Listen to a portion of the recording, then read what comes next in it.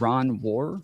We'll go around real quick and allow everybody to introduce themselves before we get into the debate. So we'll go from just top to bottom, left to right. So Ryan, if you want to start. Hi, Tom. Thanks for having me on. My name's Ryan Mullally. I'm the host of Natural Law with Ryan Mullally, and former teacher, current lawyer, and I've litigated at every level of the U.S. legal system, up to and including the U.S. Supreme Court. And as it says on underneath my name, I'm an American hegemony enjoyer and a big believer in the U.S. exerting pressure, including military pressure, to make the lives of American citizens better and to make the world a better place. So I'll be giving that perspective tonight. Awesome, man. Appreciate it. And then Jola. Yeah, I'm Jola. My channel is called Jola Politics. Currently, it changes sometimes. I'm pretty inconsistent on YouTube, but I do have a live stream on YouTube Shorts where I take call-in debates with Trump voters or people from the further left, or just strategy conversations with people from the center left. So check me out, Jola Politics on YouTube. Feel free to call in to my show. I have experience in public policy. I have a master's. I really don't care about the degree. People have degrees and are dumb. People don't have degrees and are smart. I really don't care. But yeah, thank you for having me, Tom. Awesome. Admiral Gibbs. Howdy, I'm Admiral Gibbs. I'm here because I'm the best about foreign policy, and I'm basically a stable genius, as all y'all know. Yeah, I'm here basically to tell y'all why Iran should be taking more country ass whippings, and it's basically because America first. Thank you. Thank you for being here. And then counterpoints. Yeah, hi, my name's Connor. I run a few YouTube channels. One of them is Counterpoints 40K, where I do science fiction breakdowns. Another one is Counterpoints Politics, where I do break down political topics. I do think that, listen, man, I am one of the biggest neoconservative hawks on the planet. I truly think that it is America's mission to liberate the free peoples of the planet. And yet, I feel like we're in a runaway imperial program that could be based. We can debate the based parts of it, but without the consent of Congress or without like the will of the American people, it seems wildly foolhardy and kind of fucking stupid. And so while I love liberating the people of the planet, I think Trump and Trumpers have a lot to account for. So I'll leave the rest for the open. Awesome. All right. So the beginning of this war, I guess going into it, Donald Trump initially started saying that they were bombing Iran because they wanted to take out enriched uranium, because they were enriching uranium up to 60%. And then eventually, once we actually went to war, we got different reasons, including what it was that Marco Rubio said about Israel. Pre-positioned. The third is the assessment that was made that if we stood and waited for that attack to come first before we hit them, we would suffer much higher casualties. And so the president made the very wise decision. We knew that there was going to be an Israeli action. We knew that that would precipitate an attack against American forces. And we knew that if we didn't preemptively go after them before they launched those attacks, we would suffer higher casualties and perhaps even higher those killed. And then we would all be here answering questions about why we knew that. We've got a number of different reasons since then. So I wanted to hear from you guys what it is that you think the reason for the war is and what you think the goals are. What is it that Trump and his administration are trying to achieve? And what is it that we have to accomplish in order to get out of Iran or to stop engaging with Iran? So Joel, I'll go to you first. What do you think we're doing in Iran? Why do you think we're there? Currently, there's a few different reasons we're in Iran. One is because Trump is a weak baby bitch and will listen to, whatever strong person comes into the room and says, you need to do this or you should do this. He's kind of bored all the time. So he thinks it's fun to do war games, to bomb, Venezuela, to go after Cuba. He's talking about going there next. He wants to bomb cartels. He wants to play war games. So for Trump, he's just bored.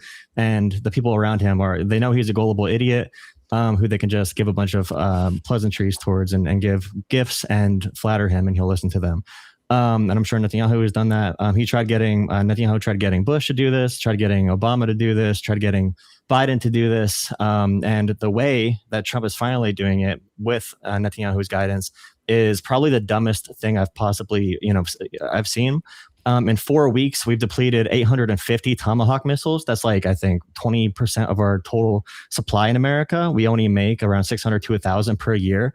Our interceptor capacity is also dwindling globally. We're moving supplies from Ukraine, from Korea, from the Pacific to the Gulf states and surrounding areas to fight against $50,000 drones.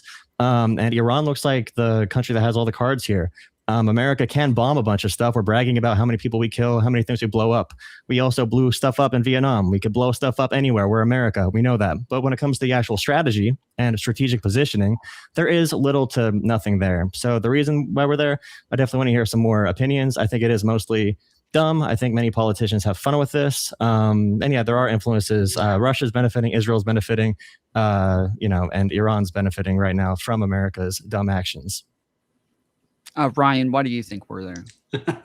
Wow. Well, those of us who have a memory slightly longer than a goldfish might recall that since 1979, we've had casus belli, meaning just cause for war, against Iran every second of every minute of every day, because since they became a nation in 1979, they have kidnapped, murdered, and maimed thousands of Americans in multiple actions spanning the globe, spanning multiple conflicts. And that's not even discussing their proxy funding of terrorism. The United Kingdom indicated that it foiled 20 terrorist plots funded by Iran in the last year, in the last 12 months. We just had a guy convicted in New York in federal court because he was sent by Iran to organize an assassination attempt on the president. This is a nation that we have been in a shadow conflict or Cold War, not even that cold, really. Shadow conflict's a better term, for decades. Now, as to this specific moment, a few things happened. One, Israel was going to go in, as the clip showed, which gave us a strategic opportunity. And it was a strategic opportunity that President Trump took advantage of, which is good because it saved American lives. Second, in negotiations, the U.S. said we would give them free uranium. We would give them free uranium for their civilian nuclear program, for energy generation, for medical use, this sort of thing. If they would promise never to enrich, never get to weapons capacity, certainly, but not enrich at all, and also to stop funding terrorism, to stop funding Hamas, the Houthi pirates, Hezbollah. Their answer? Absolutely not. And in fact, they already have enough uranium for 11 nuclear weapons. Now, what happened during the conflict? And this is important. They just launched a missile with a 4,000 kilometer range when they hit Diego Garcia. That could hit Europe. That missile has a range to hit Europe. By the way, they've been swearing for years that they're not developing such weapons, just like they swore for years that they weren't trying to get a nuclear weapons program online. They cannot be trusted, and they cannot be trusted to ever have a nuclear weapon, ever. It can never be allowed. It is a danger to every living soul on the planet. So, and then economically, this is a blow against China. This is a blow against China's attempts to undermine the petrodollar. But I'm going long-winded, so I'll stop. But to just put it mildly, we had humanitarian reasons, geopolitical reasons, economic reasons, any reason you could name to go after this country, and thank God we did. And counterpoints, what do you think? Can you, just because Ryan did hit a lot of topics, can you restate the question real quickly? Yeah, I was asking why you think we're in Iran. What do you think the goal is? What do you think we're trying to achieve there? Securing the world's energy supply. That's my firm and final answer.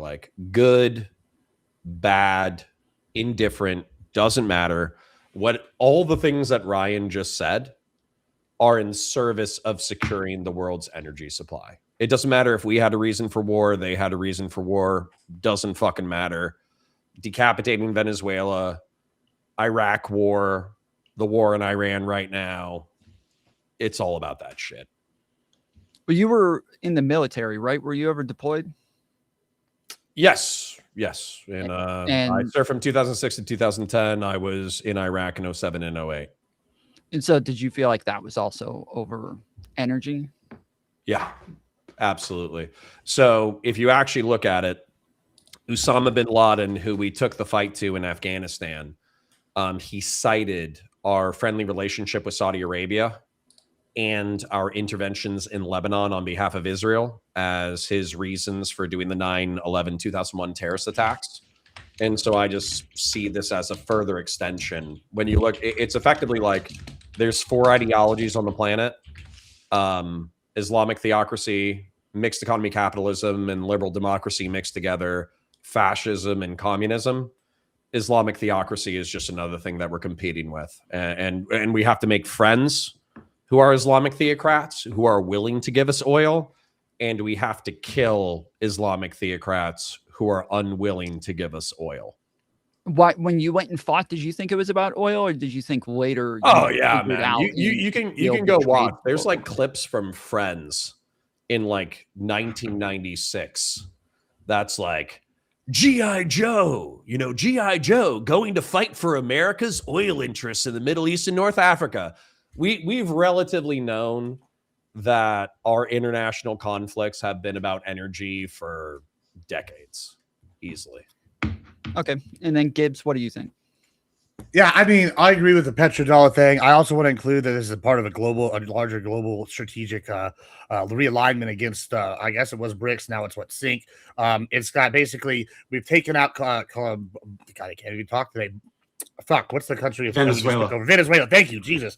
We took out Maduro, the oil, gone. We're sitting there threatening Cuba. They're scared of shit.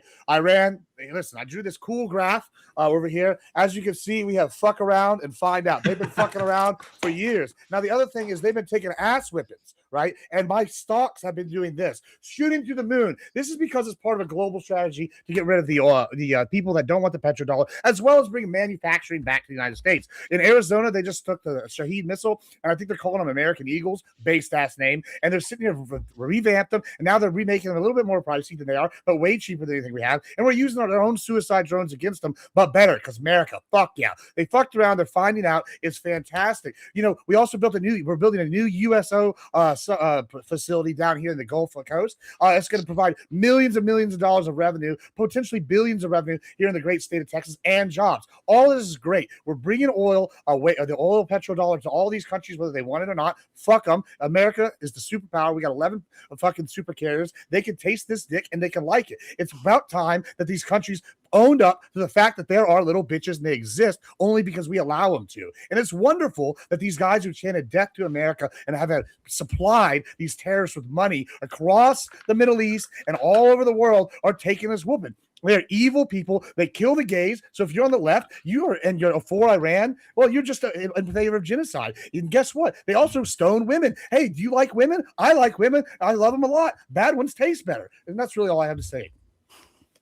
Were you not critical of the Bush administration for going to Afghanistan? Fuck no, let's take them over too and keep that country. We should have been there 100 years, like John McCain said, and annex that bitch. But no, nobody had the stomach for it. I think Counterpoints may have said that the American people didn't have it. I know it's because we've all turned into liberal limp dick sissies, and I'm tired of it. It's time to be Giga Chat Americans again and start conquering shit. Manifest Destiny 2.0, Don Rowe Doctrine, all that good jazz. We're back, baby. So Ryan, what about what Jola said? Jola was saying that he doesn't like that Israel has as much of an influence over Donald Trump and our geopolitical engagements. Why? Let me clarify though. Let me clarify first, because I don't care about Israel. I care that Trump is a cuck to every country that offers him money through Bitcoin and any leader that gives him a sucky suck. Whether it's Zoran Mamdani, whether it's Netanyahu, whether it's Putin. Like whenever Trump talks to Putin, he's like, Putin just called me and said he's not going to bomb any more Ukrainian civilians after Putin bombs another passenger train in Ukraine. So that's what I care about when it comes to our projection of power. Is our president is a weak bitch, diva, drama queen who needs his ego sucked off, and he follows whoever's going to suck off his ego. He doesn't know what the hell's going on right now. Do you think Trump knows that we used like 50% of our interceptor capacity in the first like 2 weeks of the Iranian conflict? Like how much of our stockpile should we run down of our Tomahawks and interceptors? We are just giving China a bunch of data on how to avoid our interceptors right now from our faulty planning. You have to actually contest with those facts instead of just getting very loud and get very emotional like you guys are and talk about 1970 whatever. I don't care about that right now for our strategy. How many American lives, how many billions of dollars per day, how many interceptors, how many tomahawks do you want to waste and throw into the damn ocean for little to no strategic objective? You want to piss off Europe even more? We want to separate from Europe, go more towards, support Russia getting billions in a sanction relief. We just gave Iran a $14 billion windfall as well on oil. Where is the strategy here on any of this? And why is Trump such a weak cuck?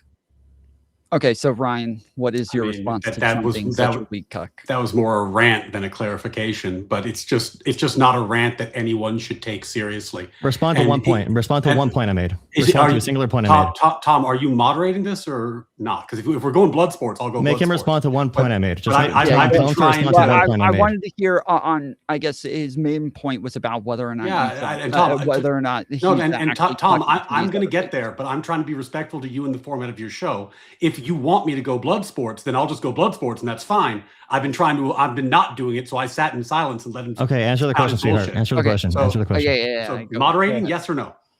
Yes, I'm. Okay, I'm moderating. Awesome. So shut up, Joel. If you listen to the points he made, you can just hear the partisan venom dripping off of them. But it's obvious in the inherent contradictions. He cites that he's upset about the way that Trump has handled Ukraine, but then who's ostensibly an American ally, but then criticizes Trump for aiding Israel, an American ally. This is not a coherent position that needs to be taken seriously. He said, and I think I'll do a direct quote, that he doesn't care that Iran has been killing, maiming, and kidnapping Americans in the thousands for decades.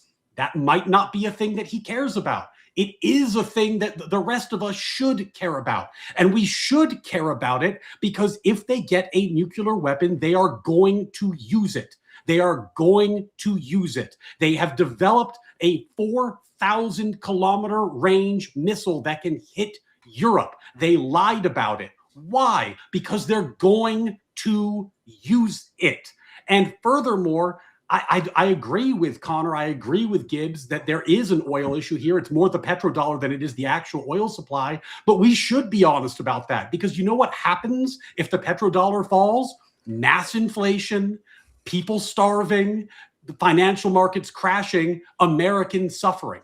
That's what's at stake. Now, people might not give a shit about that because it gives them open season to poke fun at Trump. But there's a million valid strategic reasons to do this. You just have to open your eyes and look at them. I would like to respond. Yeah, go ahead. Shouldn't we have had a fucking conversation about this? Like, I'm really not trying to be rude.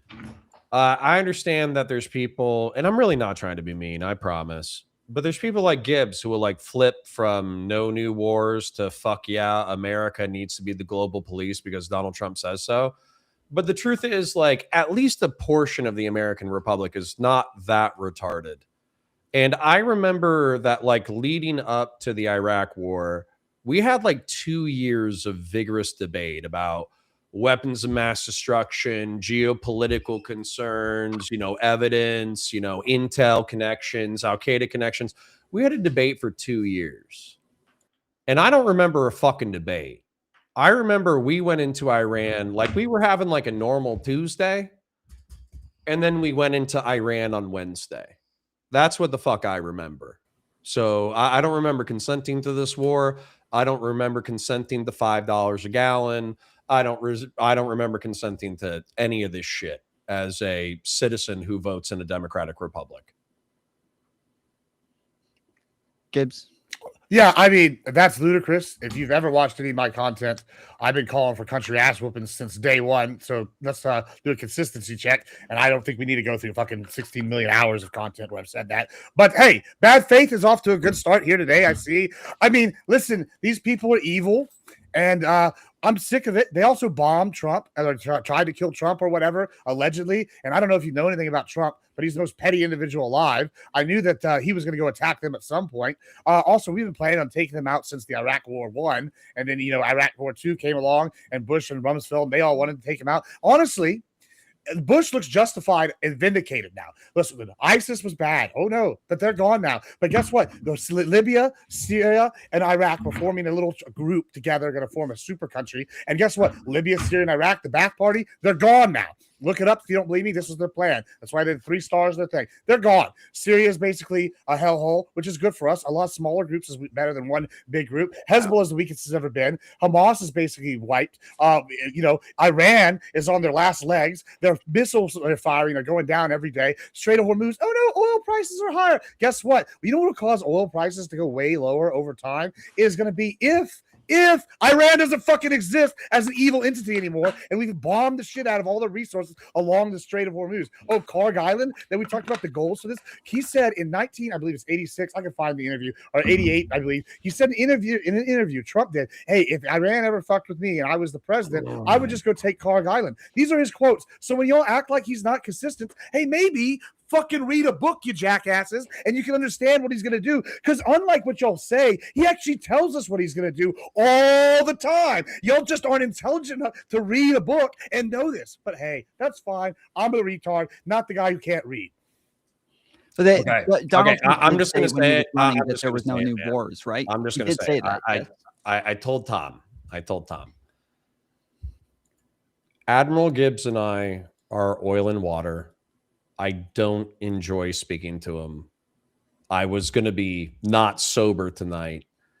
And you don't say, Connor. The mere fact that we are pretending that MAGA is going from no new wars to fuck yeah, let's like annihilate Karg Island. It's so absurd that I don't want to spend the blood pressure, the cortisol necessary in order to try to explain how fucking stupid it is for the past 2 years to have Trump and JD Vance promise to be isolationist pacifists and then them to launch a unilateral war in the Middle East and North Africa whose scale is already comparable to the openings of the Iraq invasion. It's so stupid on its fucking face that this is not how I want to spend my time. So, Tom, I love you. I want to be a part of the panel scene. I want to debate. I trust, like seriously, I'm serious. I love the panel scene. I love Twitch and YouTube politics. But fuck that. And I'm not even going to entertain it. Well, hey, let me ask you a question. Did he say this in 1988 or no? Yes or no? If I pull up a video and he says it, no, did he say this, yes or no? Yes or no? 1988. In 1988. So he said he's been what saying did it he for decades. say in Correct? 2024?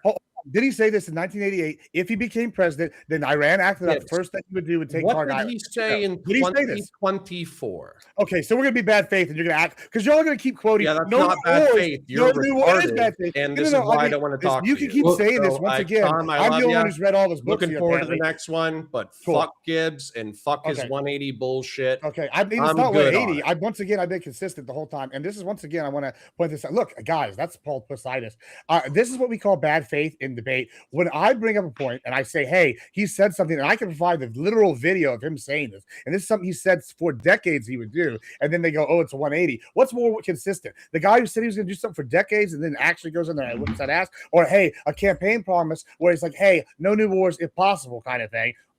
Obviously, the one that's been said for decades is more consistent. But hey, enjoy being a pussy, bitch, and also stop being a Nazi. It wasn't just Trump. It was something that Tulsi Gabbard, RFK, when they campaigned for Trump, they said that if a vote for Trump was a vote against going to war, that if Trump was voted in, there would be no new wars. Trump did they say new wars or forever wars? Once in a while. Did they say new wars or forever wars? Most people were pretty careful about saying forever wars. And the reason most people were, and by the way, I'm not saying you're wrong, Tom. I'm not familiar with the quotes you're saying. It's totally possible you're right and I'm wrong. But a lot of the times it was it was forever wars, not new wars. And the obvious reason is, one of the other things that Trump was saying was peace through strength. Strength actually does require that you are willing to and have a reputation for using your military. Right? Like you don't carry a big stick if nobody believes you. And part of the problem that we had is that, especially with in the Obama era when Russia invaded Crimea and we our response was very lackluster. And then, the red line in Syria, our response was very lackluster. Then the pullout in Afghanistan, which was pretty much a disaster, we kind of lost our reputation for being the bully on the block.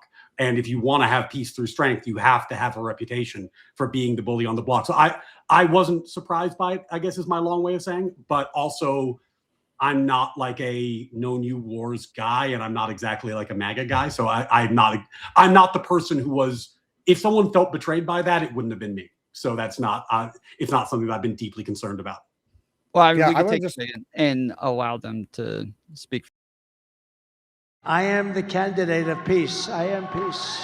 People don't believe that. I am peace.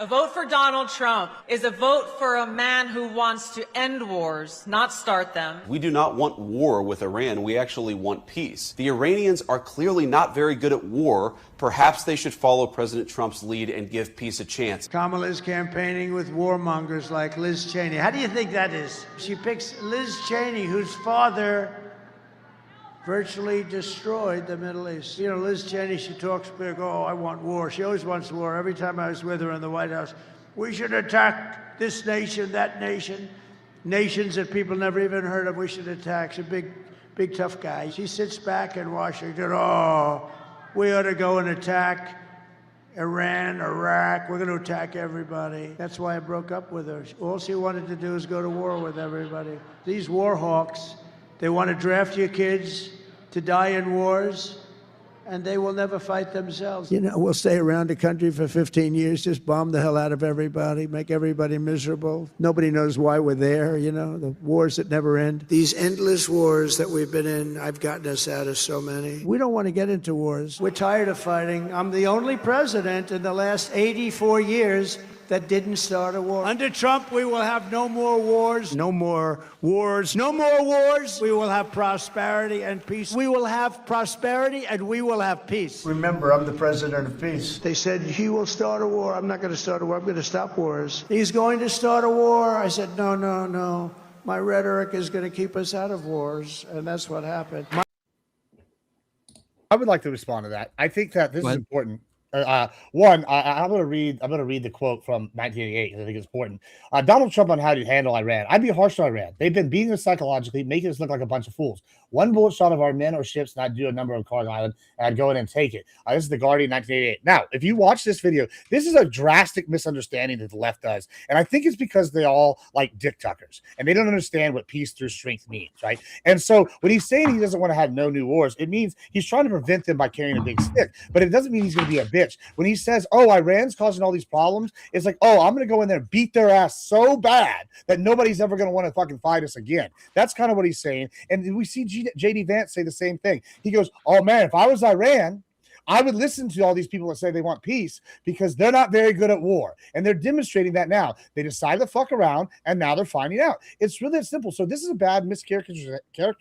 Can't even talk today. Don't do 39-hour streams, guys. You're not going to be able to talk the next day. It was a bad mischaracterization, whatever, you know what I'm trying to say, of what he is, what he's said is bad faith and is dishonest by the Dems. But hey, I understand it. We have to get our talking points in and get our dunks. But if you're no one gave a talking point. No one gave No one gave a talking point. Tom showed the video. You were supposed to respond to the video. Can you respond to what Trump says? When he said no new wars. Were you listening? He meant we were doing more wars. I just responded. No, but you're saying that he meant we needed more wars to get to safety. That's so we did need new wars. So did you not understand what I just said, or you just carry a big stick? To carry a big stick, right? So what does carrying a big stick mean? Is this Iran war a new war? Is this a new war? Yeah, it's a new war, I guess. Okay, so when Trump said no new wars, he actually did start a new war. But you're saying it's okay that he did because he meant something else other than what he said a million times. All right, I'm going to try to engage you in good faith because I know that's hard for y'all, but I'm going to try. Okay, if you have stop being a bitch. Okay, just talk to me like an adult. Talk to me like an adult. Okay, good. Okay. Listen, it's fine. It's okay.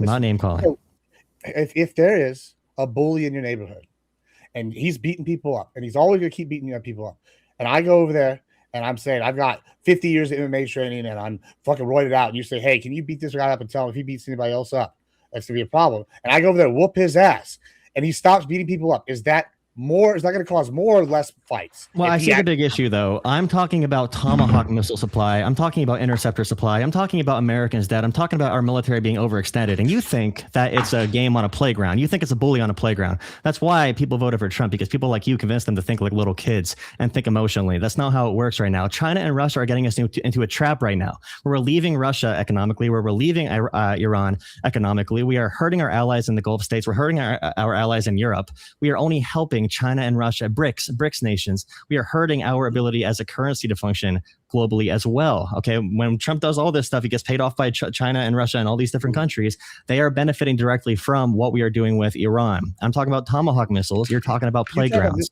So Joel, you would what would it take for you to think that, like, okay, let me grant you. Let's say, and I don't think it's as clear as the clip made it look, but let's say that Trump made an iron promise. He said, I swear, no new wars, put my hand on the Bible, no new wars, right? But he is still the president.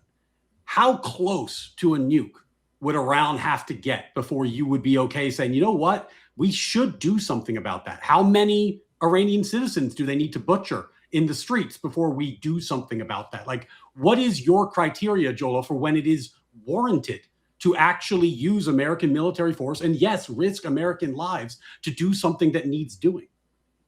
Donald Trump said, did he not, that we obliterated their nuclear capability a year ago, right? Are you going to answer the question? How about this? I'll grant you that he was lying about that. Okay, he lied about that. Okay. No. I'm granting it. I'm not saying it's true. I'm granting it. The reason I'm granting it is it doesn't fucking matter. Let's say he lied about it, and now they are going to have a nuke. Should we go in? If we thought that Iran was going to have a nuke tomorrow, then I would consider escalating. Okay, I would consider that. But when it comes to escalating, yeah, I would consider it. I would always put diplomacy first. And even Trump himself wants diplomacy. He wants a deal. He wants a better deal than Obama got, but he still wants a deal. I would always put diplomacy first, especially because military action does not guarantee they never get a nuke. It does not guarantee it. But what we can do is have more interconnected multilateral agreements like Obama tried doing, and Israel hated that deal Obama did. So Obama actually kind of defied Israel. Everyone hated that deal Obama did. No, only Israel hated it. Only Israel hated it. No. Europe was happy with it. Other countries were happy with it. Only Israel hated it. Are you fond of the missiles that Iran is raining down on its neighbors? Are you fond of the landmines they're putting in the Straits of Hormuz? Are you fond of Hamas and Hezbollah and the Houthi pirates? Are these things you're fond of? No, I'm saying this is a very dumb. This is a dumb, pointless, illegal thing to do. Things that you are fond of. Perhaps you should grapple with the fact that those are the things Iran bought with the money that we got, that Obama gave them. So yes, when you Trump just gave Iran relief on sanctions, they got $14 billion windfall, right? Iran's making more. $100 billion that they use expressly to fund asymmetric deterrence, which includes missiles, naval ships, naval mines, and terrorism, then yeah, they get to use those when we go to war with them later. That deal made the problem worse because it put off something that needed doing then. But thank God we're doing something about it now. And again, I go back to my opening. We offered them, before the war started, we offered them free uranium for civilian use. Free. We killed all of their negotiators. We killed their negotiators multiple times. Israel and America killed their negotiators. In the process of negotiating, we lured them in with negotiations and we killed their negotiators each time. That's why they won't talk to Trump anymore. But before we killed their negotiators, we had talks and we offered them free uranium for civilian use. They turned it down. They said they would not give up enrichment. They said they needed to go. They were going to go beyond 60%.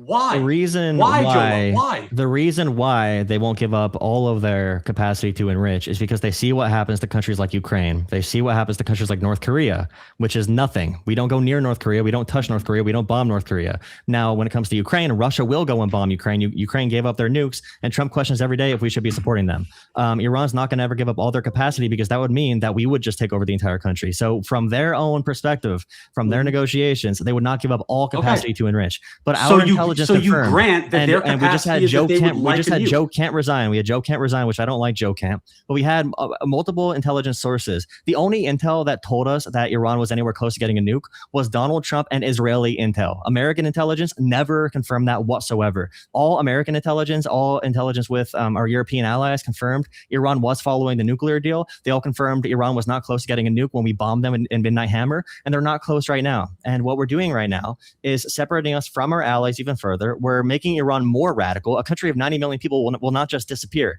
These are the facts. We're draining our munitions. We're draining our missiles. We're draining our Tomahawks. We're draining our interceptors. We don't know what's going to happen here, and we don't know how bad it's going to be. I know nothing good is going to come from it. I don't know if it's going to be the level of Iraq. It depends how far Trump goes into it. But there's no theory here that makes sense for how this is going to be. Even if you're pro-bombing Iran, you've been talking this for like operation, a million. even if you're pro-bombing Joel, Iran, you're saying that like no other countries believed that we were that they were building a bomb, but the IAEA was pretty clear that they were enriching uranium up to 60%. Now, Donald Trump did say that he obliterated it in June, though other intel said that they had moved it before that was the case. And then imminent threat. So within weeks, imminent threat within weeks. There was no imminent threat within weeks. No, that was never confirmed. That's what I was about to say. Is that when he's asking you, like, hey, even if Trump said no new port, obviously that doesn't mean that if there's an imminent threat that he wouldn't do something about that. But American intelligence said there was not an imminent Tom, threat. I understand why Joel needs to do a lengthy Well, filibuster. I wanted to ask no, Tom, this is actually important because the disastrous part of his answer, which he then just kept on going to run away from, is that after I asked him point blank, he admitted that Iran wants a nuclear weapon. He admitted that it is in Iran's interest to get No, that's not what I said. That's not what I said. And that's not what I said. You've been talking for that's like 100 years. You're gonna have to let me talk. Well, no, yeah. What a man. So if Iran wants a nuclear weapon for deterrence and is trying to get a nuclear weapon for deterrence, and no, they are not. I never said that. You're responding to a point I did not make. They told us. I did not make that point. I did not say that. The same promises they made that they were not enriching to weapons grade level. They also promised they were not developing missiles that could reach thousands of miles away and hit Europe. But guess what? They just fired one. So the idea that we're going to wait until eminence, whatever that is, rather than take a strategic opportunity when it presents us is insane. And the idea, and I hope the audience was tracking this, that you can lay out in one breath and say it is in Iran's interest to become a nuclear state to get the deterrence that North Korea benefits from, that Ukraine wishes they had because they gave back their nukes, that they have all these reasons to do the thing that they obviously are doing, and then say, oh, well, this is not worth solving. Iran is a terror state. Iran has been killing and maiming and kidnapping thousands of Americans for decades. They cannot be allowed to have a nuclear weapon. They cannot. Iran is a bad country. I hate Iran. Yes, good. Iran is bad. Iran bad. I never said they are developing nukes. There was no evidence they were imminently developing nuclear weapons. There was no evidence of that. Eminence is doing a lot of work there, buddy. Eminence is doing a lot of work. Yeah, if you trust Israeli intelligence over U.S. intelligence, move to a different country. If you don't trust U.S. intelligence, but all of our intelligence, all of European intelligence, did not say that Iran was close to getting a nuke or having imminent plans to get a nuclear weapon. Now, I did say they want to be able to have the capacity to enrich at some level, so there is some level of deterrence, but there's no evidence they moved to weapons grade. There's no evidence they did that. If we want to talk about, what we can do to deter Iran, or when Iran was negotiating with America over the past 10 years, we can talk about how there was no evidence that they were doing large violations of our nuclear agreements. But moving forward, how do you stop Iran from getting, if you say they make promises about different weapons, why would they make any promises if we pull out of the deal? The nuclear deal fell apart when America pulled out. If we're going to be bombing all of their negotiators, assassinating their generals, the people, they have internal politics as well. The people who gain power in Iran are going to be more hardline, are going to be more radical. And there's 90 million people in Iran, unless if you're planning on literally carpet bombing and killing 50 plus million people, that country's not going to be going anywhere. So what is the plan? And this is probably the better conversation now. How do you see this playing out? So you're seeing Trump bomb them. Israel and Trump, they kind of want to restrict Iran as much for energy. They want to see them kind of collapse on the inside, right? So after Iran collapsed, and they have 90 million people left over. What do you guys see as what comes after this Iranian regime? I would answer that. You said, sorry, this is going to be very short. This is just literally factual. You're fine. You're fine. Go ahead. Just factual correction. They've admitted that they were at the 60 to 65% enrichment range. This is not a linear process. Getting from like 0% enrichment to 3.5%, which is civilian use enrichment, is really, really, really hard. It takes a lot of tech. It takes a lot of work. 60% enrichment is actually 90% of the effort it takes to get to weapons grade. And they admitted they had enough 60% for 11 nukes. If you have functioning enrichment facilities, getting from 60 to 90 is about a week, 2 weeks, right? Is that like, so when people say it's not imminent, what they mean is, well, maybe they don't have the tech for the device yet, or maybe imminent means longer than 2-3 weeks. But like the idea that we're going to play games and say, well, they can get to 90% in a week or two. Let's wait the 5 days and see what happens. No, Israel had an opening. We took it. We should have. But sorry, Gibbs, I'm not going to rant because I was trying to correct a factual thing. All yours. Yeah. Yeah, so I do what was the last thing? What's going to happen next? I think this is actually a very important question, and I brought up the three nation state kind of coalition that was forming under the Ba'ath Party, and I think it's important to keep looking at history, and this is why I said Bush is vindicated, because the Ba'ath Party no longer exists. Right, they're gone across 3 countries. They were a secular Muslim group power that was going to be taking over these countries, push it back, and they were kind of going to be a buffer against Iran and some of these other groups, and they're gone now when they turned against us. Okay, and this is important because what we look at is, okay, what came after it? Well, ISIS. And ISIS was really bad. I'm not going to pretend they weren't. They did a lot of terrible shit, but they're not nearly as strong as 3 different nation states teaming up to form a super country or a coalition with controlling African currency, controlling oil, and having a military power in the region. That's much weaker. And then what happened to ISIS? Well, ISIS is gone, and we have a new Syrian government that's weaker than both, really. And they don't even control all of Syria, et cetera, et cetera. Iraq is basically a proxy for us and Iran, and Iran's basically falling apart. So it's just like them and some militias. And Hezbollah is the weakest it's ever been. Israel's moving in on Hezbollah. And so when we're looking at what's going to come next, we have 2 options, really. And one of them is going to sound kind of bad, and it's going to sound callous. Best case is a regime arises that is friendly to the U.S. and anti the SINC nations, right? Okay, that would be optimum. I don't know if that's going to happen. But I don't know if that's going to happen, but sure. The next is balkanization, where we get like the Kurds take part of the region, the ethnic Persians and the Zoroastrians take a different area. I believe there's a Taliban group takes part of it. There's some other groups out there. And now this sounds bad, and it probably will cause some wars and maybe some initial friction and instability in the region. But that's not nearly the threat that Iran, which has major oil producing, major tech producing, all these major military hours and major connections all the region is, compared to 5, 6, 3, 4 different little micro states in the region. That's a lot weaker overall, and that's better for us. And so when you're sitting here saying, oh, yeah, Russia is getting a benefit right now from a short-term increase in oil, although they're losing tech access to Iran. The bigger issue is now China is also weaker than they've ever been. So Russia gets a small gain. North Korea gets a small gain. China goes way down. Iran ceases to function as a part of this. So we've taken out and pulling out the threads of this BRICS or SINC, however you want to say, nation state alliance that's against us. And I really got to say, even in the worst case scenario, America wins because we're an empire. And empires fight proxy wars to weaken other groups. That's how it's been throughout history. And I'm sorry the Iranian people have to deal with this, but maybe you shouldn't have elected theocratic, terrorist, crazy people and put them in charge. It seemed, Gibbs, earlier you were arguing that the war is about oil, whereas it seems as though Ryan believes that this is about like a threat from them. It's about both. Yeah. I agree with Gibbs. It can be about more than one thing. To going right now, is it about oil or is it about uranium? I would say it's kind of the situation. It's both, and I don't want to cop out. I would say this is kind of a situation. I had an old professor. He would call it the pain now or the pain later. You either study now for the test or you have bad pain and pain later on your. If you don't study now for your test, you got pain later, as opposed to having pain now and having to study. Same thing here. If we don't do something now and cut out the cancer, it's going to get worse. We're going to let them sit there and build up their uranium, build dirty bombs, potentially sell them to terrorist groups, or give them to Hezbollah or Hamas or the Houthis, or give them an actual functional nuke. That's fucking terrifying. I mean, and that's actually a greater threat than to say, oh, hey, they slip a nuke in through the Mexican border that, you know, Biden had left open, and they set it off in here in San Antonio, military city. Boom! Oh, millions of people dead. Papa Gibbs is gone. You don't hear my rants no more. Sad time. That'd be really bad. You know, or if they close off oil, send oil prices, that's bad. But if we eliminate them, oil prices in the long term will go down, and it'll help the American petrodollar, and it'll hurt that alliance, as well as it eliminating the threat of uranium. I would say it's both, and I hope that's not a cop-out.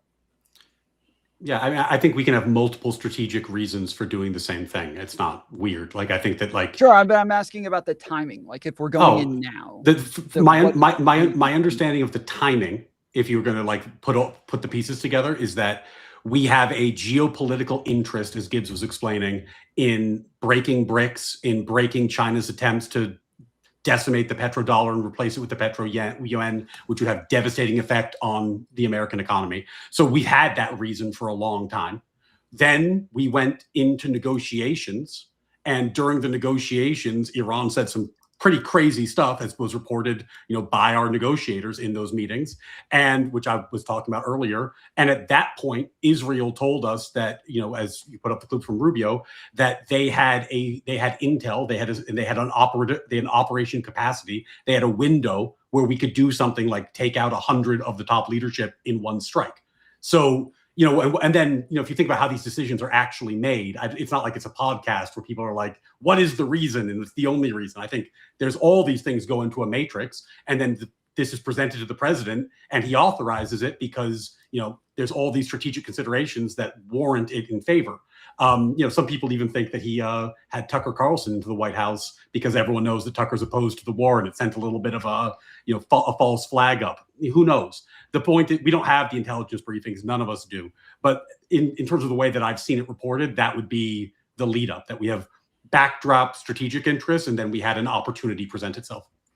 Sure, I don't disagree that there's going to be more than one reason, but I'm wondering, what is it that it will take for us to get out of there? Like, what are we trying to achieve in order to stop engaging with Iran? I have a question that could build on that, actually, for both of them. Mm-hmm. So, like, if Trump said tomorrow that he wants to move 100,000 troops into Iran, let's say he wants to seize the oil ports, so Kharg Island, let's say he wants to try and seize the Strait of Hormuz, that would probably result in, I don't know, a few thousand American casualties with that level of troops on the ground. Would you support a ground invasion of that capacity? It'd be like the same capacity as like Iraq. And it wouldn't be 100,000 at once, obviously, but would you support a ground occupation like that? I would need to know why it was necessary. So far, it hasn't seemed like we were going to have to go anywhere near 100,000 troops. I'm not opposed to there being some troops there, but like 100,000 is a huge number. So I would actually need to hear more. Well, what about like 10,000, 15,000? Yeah, like the Strait of Hormuz is the big thing. So the mines in the Strait of Hormuz, it has been really difficult for America, and also the drones as well. The drones and the mines in the Strait of Hormuz. That's why Iran has such a stranglehold on that area. Yeah, if we were like, I don't know that there's a magic number. I don't know what the magic number would be, but like certainly I'm not like a no boots on the ground guy. I don't think that, like, I think that this is actually a fight worth having. And the real danger here is that we leave this undone.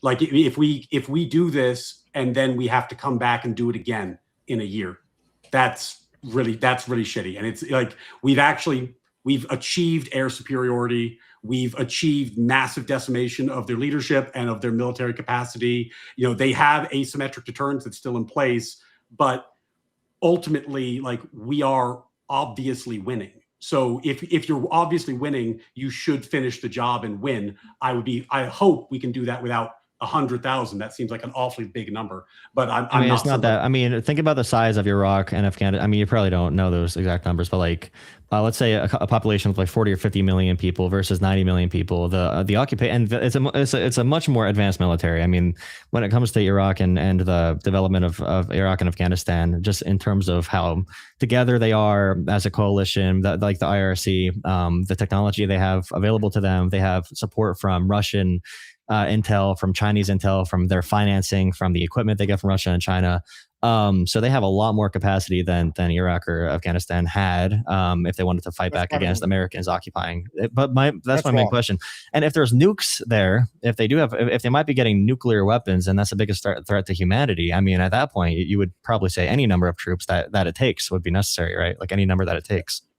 Hold on. Fundamentally, that's actually fundamentally incorrect, what you just said.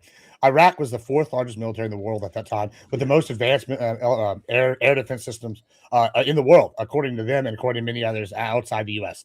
You're fundamentally wrong with what you said. They also had alliances all over the world with, like I said, the Ba'ath Party countries that they controlled, 2 other countries. Iran doesn't have that. They have tangential allies.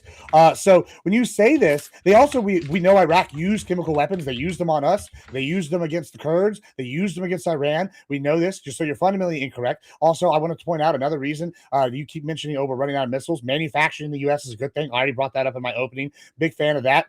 War causes us to build more things. Hey, we get better tech. Look at Israel. They have 2 versions. They have one version of the F-35, which is better than ours. And we've taken it and re-engineered it and made better improvements to ours. We have another version of the F-15. They invented new tactics on how to use these in conjunction that we didn't have to do. And now we're implementing them to ours. So that's wonderful and good for us overall.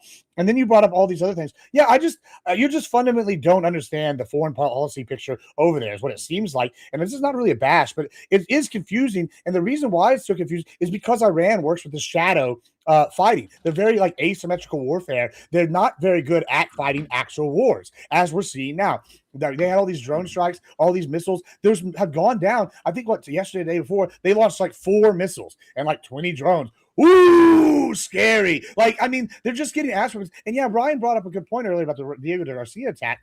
Yeah, they did have this capability, but it's kind of like the Great Value missile. It's right below an intercontinental missile, and it was shitty. And one fell in the ocean, and the other, I don't know, not so good. It's just they're just kind of like not good at this stuff. However, if we allow them to sit there and keep working on this, they will become good. And the problem is they're not rational actors. They just sit here and go, "Hey, we're getting attacked. You know what we're going to do?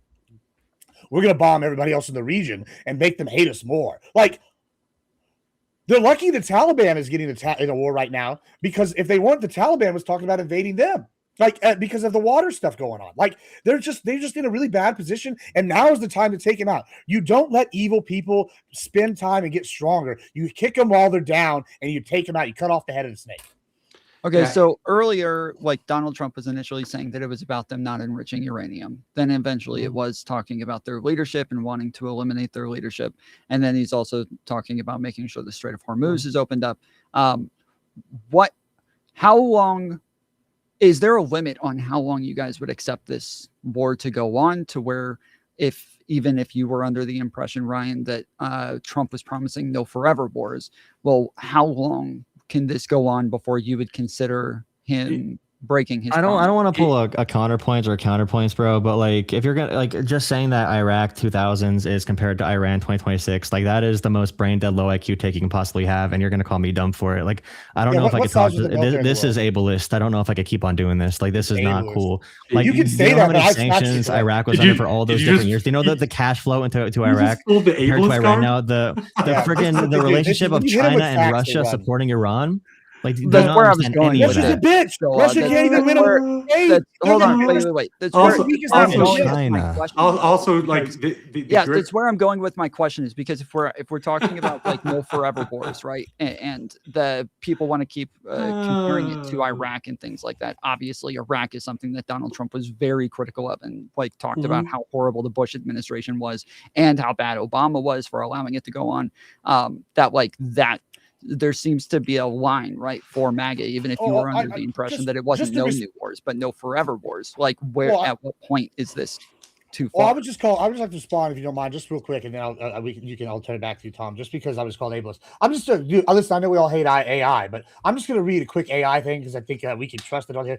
Iraq was commonly referred to as having the world's 4th largest army prior to 1991 Gulf War, with a massive army and potentially the 4th strongest again when we invaded back then, under Bush. Like, what is your What is your point? I'm Are you not just talking about just number you of ignoring people. history? The, Like, the advanced technology and whoa. drones. They the had, advanced- yeah. Okay, just a lot of So you're people does saying not it's mean not you're a good comparable? military. Do you think people okay. in 2026, what do you think matters more, the advanced drone technology or the number of people they had? What happened to Do you think all Genghis the Khan advanced was as strong as the Romans? Like, you're comparing different empires, different times. It's They did comparable, not have bro. advanced They- anti-air did systems we- compared to okay. Iran. Did we have- But okay. wait, hold on, Oh hold on. shit, Sherlock! Gibbs, Neither did the Gibbs, Romans. Were the Gibbs, Romans one of the greatest empires of all time? Gibbs, This is fucking Gibbs, retarded. And you're Gibbs, gonna call me give me- ableist? Give me a break, bro. No. It's ableist for me to talk to you. No, it's ableist for me to talk to you. Because it's ableist for me. Yeah, because you're retarded, bro. Like, Gibbs, you No, literally you don't. argued No, you don't this understand what I'm concept. saying. No, I'm Gibbs, saying you Well, are. You don't understand historical context, bro. Gibbs, this You is don't the- understand historical context. Gibbs, this is the simplest point. Was Like- Rome the strongest military on earth at its time? Yeah, Yes or no? like, Oh, yes, it was. Thank you. Good job. Rome. Gibbs, I he's brought already up Rome in the Iran he's already conversation. dead, Gibbs. You don't I need to win. keep You're giving just being bad Got faith. me. Like you act like why was about Rome able Rome. to conquer all these other countries? Well, no. Why was Rome able to conquer these other countries? Oh, well, it's because they were better militarily. They had better tactics, better tech, etc. Same thing. Why were we able to beat Iraq? Because we were better military, better tactics. They're still the fourth strongest, bro. At the time, unlike Iran, who's not the fourth strongest now, bro. It's not. Wait, that are you saying simple, bro. Iraq was the fourth strongest military in the world in the early 2000s? Wait, you're saying Iraq was the fourth strongest military in the world? The fourth? You made this argument. Oh, he's bringing up Rome. When you see What was the ranking? Who was fifth? Hold on. When we're talking about foreign policy and political acumen and all this Who kind of was stuff, fifth? it's important to talk about context. When you go, oh, they don't have the advanced drone tech. Well, no shit. Neither did the Romans back in the day. Neither did any of these other countries. And you're Yeah, going, that's oh, why it's more complicated now than it was for Iraq. Oh, okay. Yeah, bro. It's not more complicated. Yeah. No, because of the new technology that Iran has. Okay. Yeah, that's newer the main, technology too, that's bro. the main Like, thing. The drones are probably the biggest thing in modern warfare. That's the number one topic in modern warfare in every country globally is drone warfare. In Ukraine, Russia, like that is the number one topic of warfare. And you think it's not a point because of Rome. Okay, hold on. I need like I need literally 10 seconds because this whole thing is idiotic.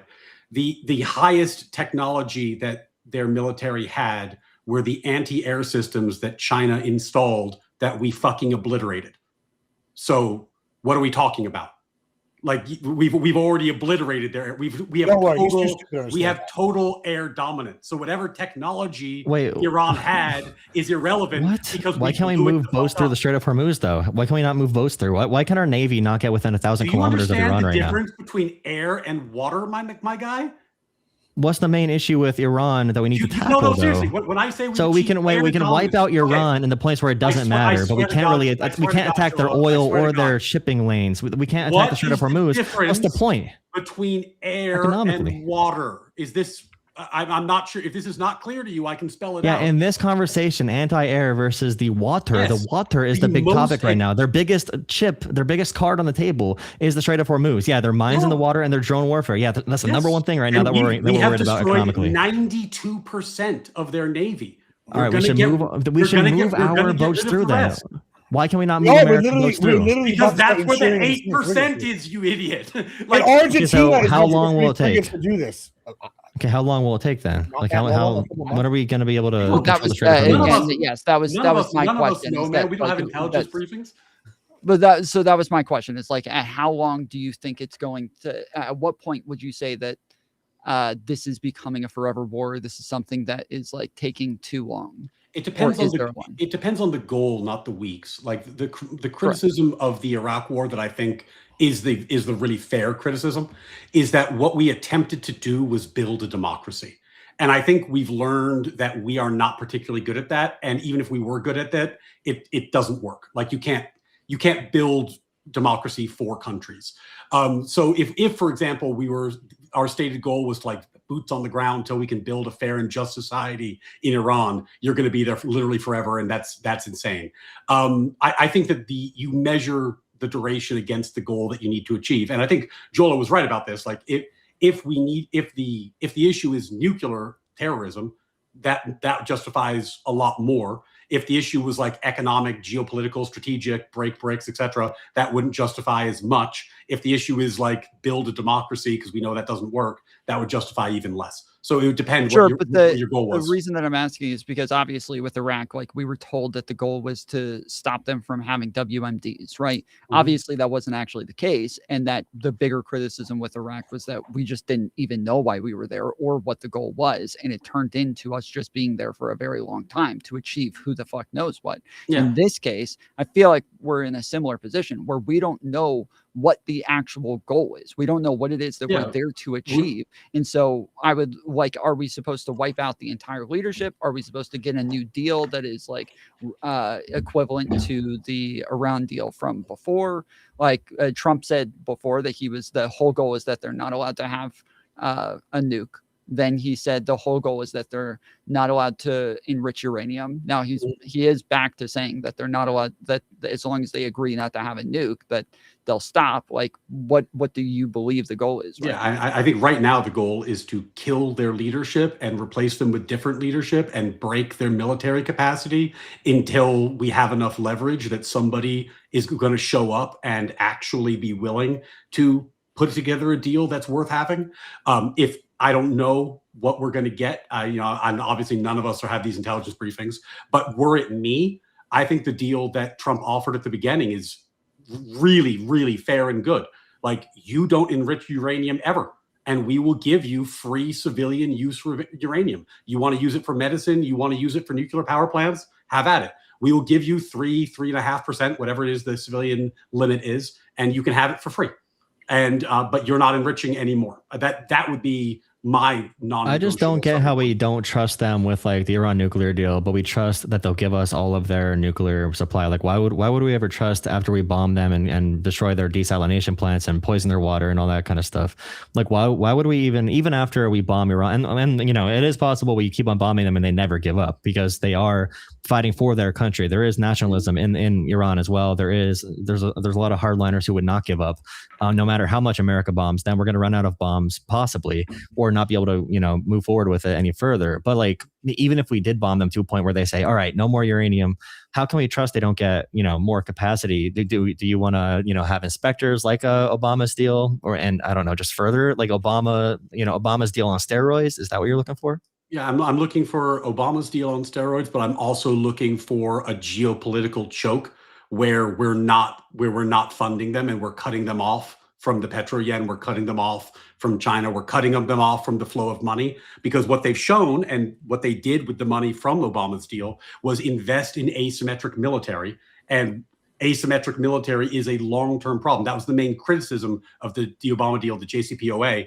is that it stopped them. Even if you accept it on face value, it stopped them from being a nuclear power in the short term at the cost of ensuring they would be a nuclear power in the medium term, because it let them build up all the other parts of their military apparatus and terrorist apparatus with our money, while when the deal expired, they could just move forward, and it's harder for us to deal with them then. So yeah, I think we should put them in a position where it's harder for them to rebuild. One of the great things we've done in the conflict so far is, even though they still have weapons to fight with, we've taken out 80-90% of their manufacturing of weapons. We've taken out the base where they fabricate these things. That's really helpful, because then if we have a deal, we at least know we have a few years where they're going to have to rebuild their infrastructure. So yeah, I think we have to cripple them. We have to kill the hardliners until we get somebody that we think we can have a deal with, and then we're going to have to watch them very carefully, because they are an enemy nation, and if we let them arm themselves, they will kill us. From my understanding, every deal that was offered was that they weren't allowed to enrich uranium whatsoever, that there was no enrichment of uranium, not even for civilian use. No, the JCPOA allowed enrichment for civilian use. No, for the JCPOA. I'm talking about the ones that Trump offered. They all said 0% enrichment. Yeah.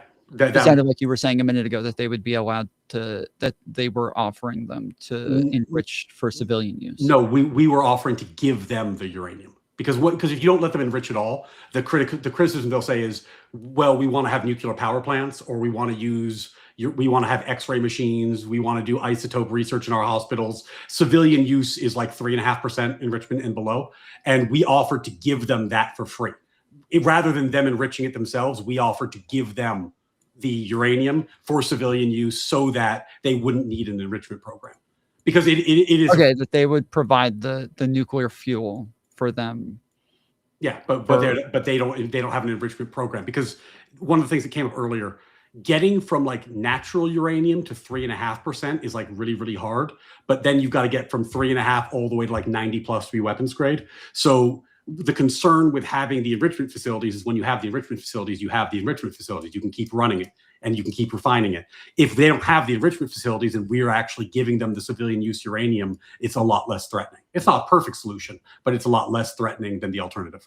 And we were bringing up, Tom, before Trump started the all-out war with Iran at the end of February, there were a bunch of stories in the media from like Oman, which is a country that's very close in proximity. So they helped negotiate a lot, where they said that Iran was going to agree to zero stockpiling of enriched material, of nuclear material, with the U.S. If the U.S. would stop killing their leaders and agree to a bunch of other stuff that America probably would not agree to. But still, they had it on the table before these actions. The big threat and the big thing to be afraid of now is that we killed, and Iran in the past 20 years has had their most direct diplomatic vision, although I agree it is a terrorist state. But they've had some type of, you can understand what they were negotiating in a rational sense for their own interests. So like those people who were willing to do negotiations and willing to do nuclear deals, there's a chance we've killed all of those people. And there are divisions in the government there where they debate, like, should we be more hardline and bomb America and have all out war 24/7 and just, armor proxies to fight all the time? Or should we try to, do that to apply pressure, enrich, and use that for negotiations? Now in those debates, they might say, hey, look, we tried negotiating with America. They killed our negotiators every single time. It didn't work. We're not getting the deal we want. Being more hardline now, America is being forced to come to the table again after Trump said he didn't want to. And Iran is now threatening to, try and tax, to charge a toll out of the Strait of Hormuz. They feel pretty empowered in their positioning right now, because America has drained a lot of resources directly, not through proxy, directly to Iran. And they have not been harmed. They have been very harmed, don't get me wrong, but they have not been, their capacity has not been obliterated like they even thought. So those debates in the government, maybe someone takes control now who's not even willing to negotiate, but we don't even know if the new leader is alive. So it's hard to say. To be honest with you, man, the Iran's win condition in this conflict is not military. They can't beat us militarily. There's no chance. In a conflict, we will win. Their win condition is that they survive and American will to fight dissipates. So their key weapon is asymmetric deterrence and propaganda, right? That's what it is. And part of the reason I get fired up when I'm talking to people who are, doubling down on, this is Israel's fault, or we shouldn't be there, no new wars, no forever wars, is that you have the right to free speech, and I'm applaud you for using it, but you are engaging in enemy propaganda, which is a key part of their war effort. So, you have the right to do it, and that's fine. But ultimately, I think we need to be honest about what that is. Like, there's a reason why Iran's spending a lot of time and effort on broadcasting their message, because they know the only way they win is that if we give up. I think this is a fight worth having, so we need to be willing to see it through. And unfortunately, that does require accepting that we're going to spend money, that Americans are going to be hurt, that Americans are going to die. That's one of my arguments. That's one of my arguments, though, is that what we're doing right now helps them radicalize more terrorists, and killing all these hardliners, and who might be the more reasonable ones, is going to radicalize more people and cause more terrorism. And even with I'm someone who I was like, I was young, but I was like, America, hell yeah, when Osama bin Laden was assassinated. But then I read more into it, and I'm like, we probably spent a couple hundred more American lives, a couple billion more dollars to get Osama bin Laden, and all they did was use him as a martyr. The other military operations that could defeat like an Al Qaeda or an ISIS, could be effective, but going for these, decapitation strikes. And we're not even talking about legality. I know someone in my chat was asking if you care about if either of you care about any Congress approval or whatever, which I doubt it. I doubt you care. But I'm a constitutional lawyer. If you want to talk about legality, I'm happy to do it. But I will say that in terms of like America, hell yeah, I also said America, hell yeah, when Osama bin Laden was killed. But the reason that I did it is because I'm old enough that I was in Manhattan during 9/11. I was a freshman in college, and a lot of my friends and people I knew died. So, like when we say America, hell yeah, because we killed Osama bin Laden, it's like, actually, yeah, America, hell yeah. Because the thing is, and that's my main question, right? When you actually live in a place where there's a terrorist attack, it sticks with you for a little bit, and you remember what happened and why, and what we need to do to keep our people safe. Now, does everything we do is perfect? No, but I know what team I'm on. Yeah, no, but that's again, these are human beings as well in Iran. Okay, so they also, and one reason they can radicalize terrorists is because they grow up seeing USA bombs killing their parents and killing kids in their regions. They grew up, the only thing they know is American bombs, whether you think it's justified or not. And some things I think are justified. Like I'm on the left, but I'm not completely anti-war. I think there needs to be some areas where we project power. Like I am definitely a liberal, a neoliberal, whatever you want to call it. In that sense, definitely not a neocon, definitely not. But still, I see use cases for this kind of stuff. Like I'm very pro supporting Ukraine and all that kind of stuff.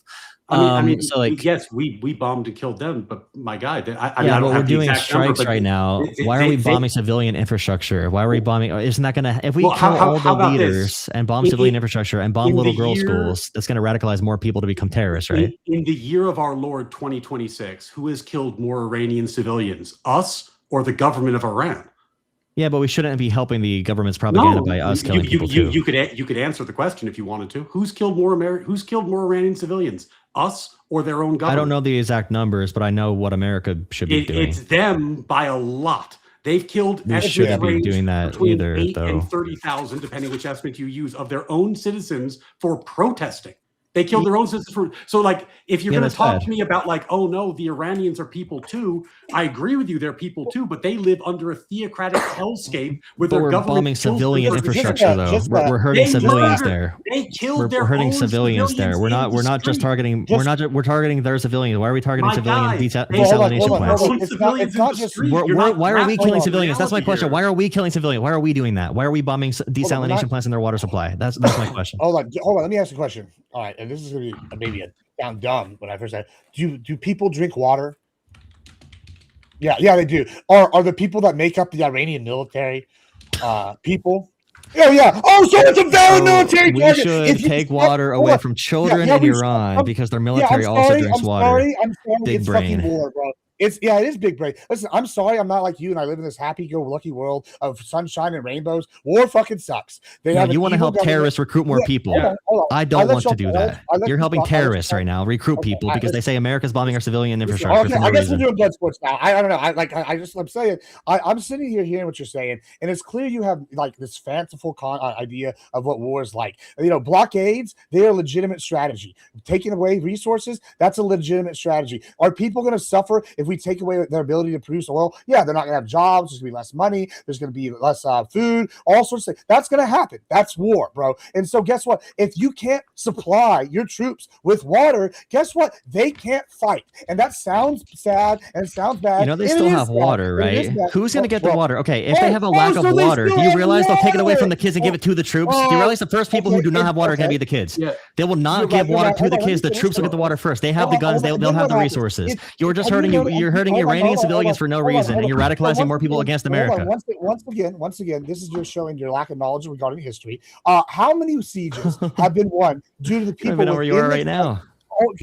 I'd let you talk for like 10 minutes. And if the military want water, they'll use the guns to get the water. The kids will need water. They're replacing the water supply.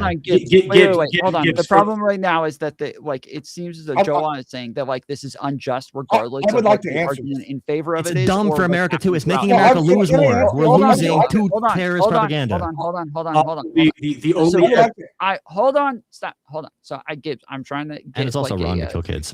A moral justification for normally we would consider it, I think, an international crime to cut off water from civilians, even if it's to cut it off from military. And so he's looking for some sort of justification for before we go any further down this line, just to say, because I know sometimes this is my role in this conversation, the only source for this happening so far, to my knowledge, is an Iranian official. So I am not confident this actually even occurred. But if Jola has a source that is not the Iranian official being repeated. He can. Well, the let us argument know. is Israel did it. I'm pretty sure. Oh, okay. Well, okay, cool. Then we didn't even do it. So who cares? On top of that, I want to I'll play the evil guy. I don't give a shit. Fuck him. And like, so here's my thing, right? If you're taking away the resources, I'm not going to give you a moral justification. I am going to give you a strategic one. And this is why I brought Rome earlier. We look at history to see how things repeat.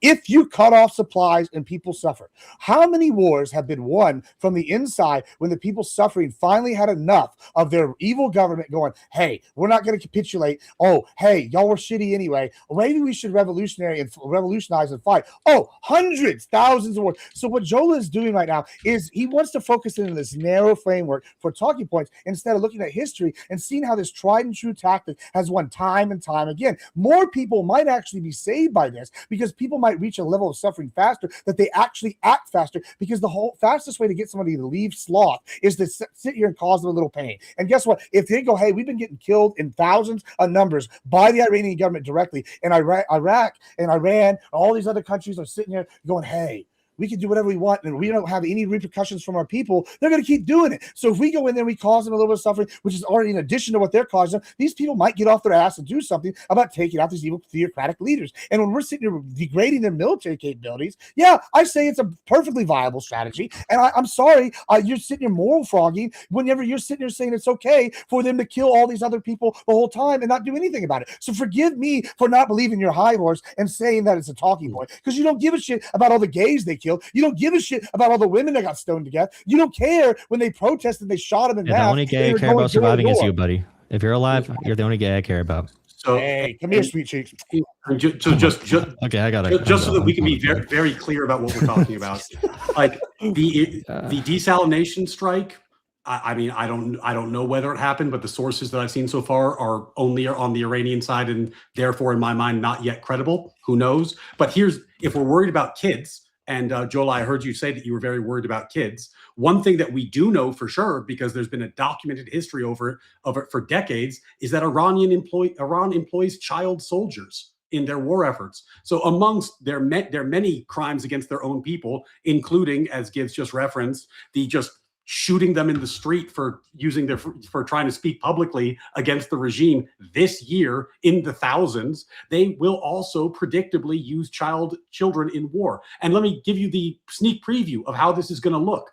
They're going to recruit kids, as they do. And what do they use kids for when they recruit them for? Historically, they use them as minesweepers. They send them into dangerous places to eat the shrapnel before the Iranian National Guard goes in. Well, and then what they're going to do is that they're going to leak it to CNN. They're going to have a statement about the terrible tragedy that just occurred, and people like Jola are going to lap it up and they're going to use it for partisan purposes. But the point I'm making is that this is all part of their war effort. They want their own kids to die because it gives them good PR, and it lets people who are going to come and make points against Trump because they are so partisan and they hate Trump so much that they are willing to do lip service for the Iranian regime that is going to kill their own children to make a point predictably. And it's going to happen. It happened in the last war. It'll happen in this one. It's their go-to move.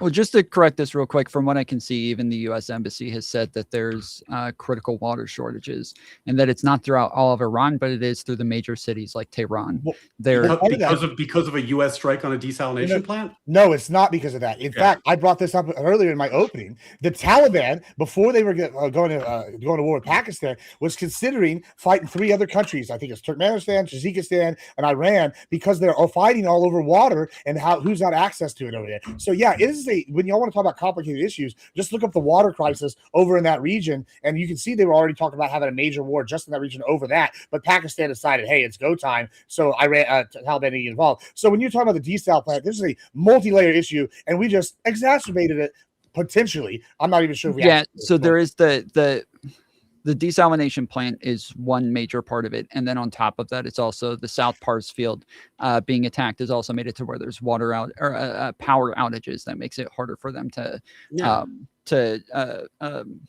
transfer the water from one place to another, especially again in major cities like Tehran. But while you do keep bringing up arguments about how this is what the Iranian government wants, that this is part of their propaganda, but it doesn't mean that people can't actually agree with them. It doesn't mean that there can't be times where there's something that's actually bad happening that other people can actually empathize with or think that the United States ought not do. Sure, yeah, but it's the same thing I said when people were talking about the conflict with Israel and Gaza, which is, when you have one side that benefits from the killing of their own children, when one side is actually incentivized for their own children to die because it's part of their war strategy, and the PR is part of their war strategy. I'm not saying it doesn't tug on your heartstrings. It should.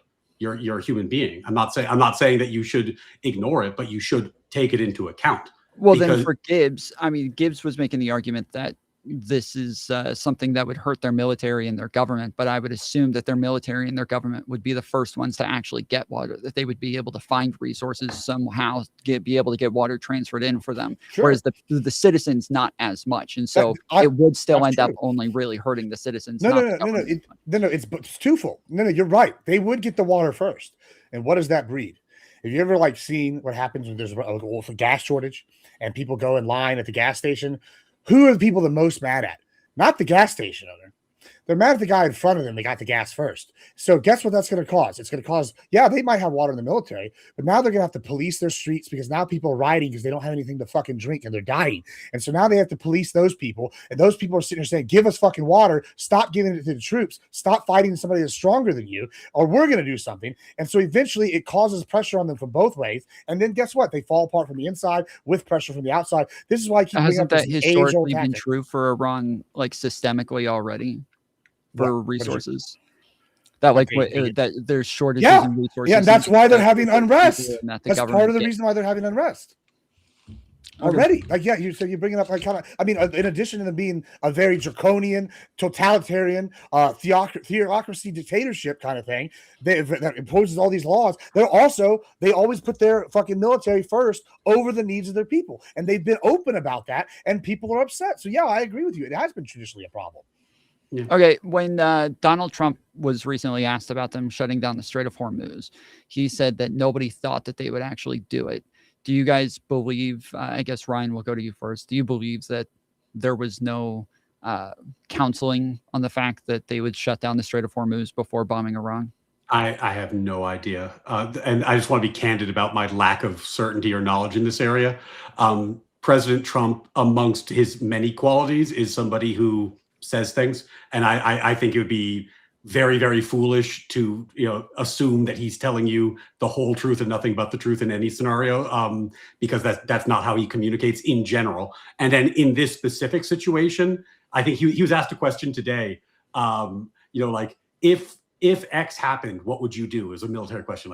If you found out about that they were enriching, what would you put boots on the ground then? And he was like, I couldn't possibly answer that question. Why would you ask me that question? And he's right. It would be really, really silly to broadcast military intel and military strategy and military objectives for everyone to hear. It would be preposterous. So I don't know what they knew. Certainly, I would say that Iran's mines, drones, and swift boats have been a successful aspect of their asymmetric deterrence. I don't think it's something we can't clear up ultimately, but it's going to be harder because as we covered earlier, it's water, not air, and air domination. Are you saying that he wouldn't give insight into their military strategy, as though him pretending that he didn't know that they would shut down the Strait of Hormuz is a part of him not communicating some sort of strategy, or what? I think. Go ahead.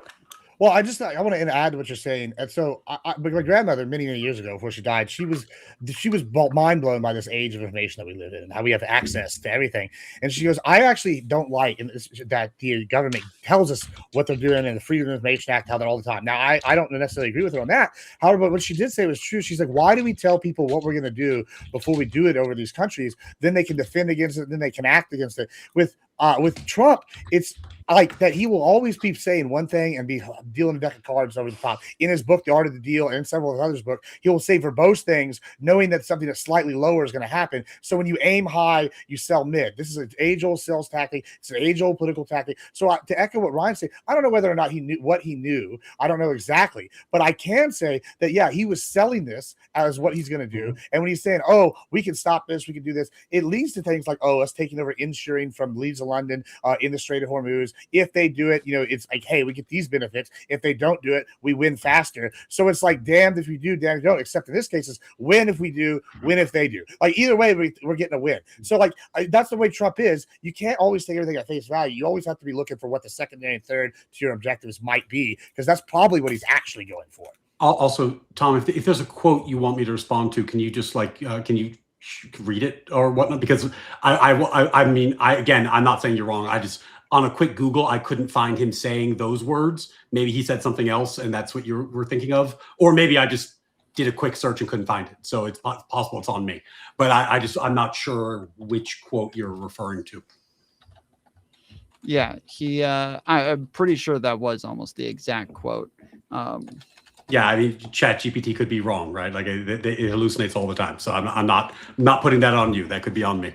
Okay, so just from Google AI search, it says during his presidency in March 2026, Donald Trump was reportedly asked about the effective closure of the Strait of Hormuz and the Navy's inability to escort tankers. While he did not explicitly say he didn't know the strait was shut down, having repeatedly issued ultimatums to Iran to reopen it, he did provide an. Oh wait, that's not.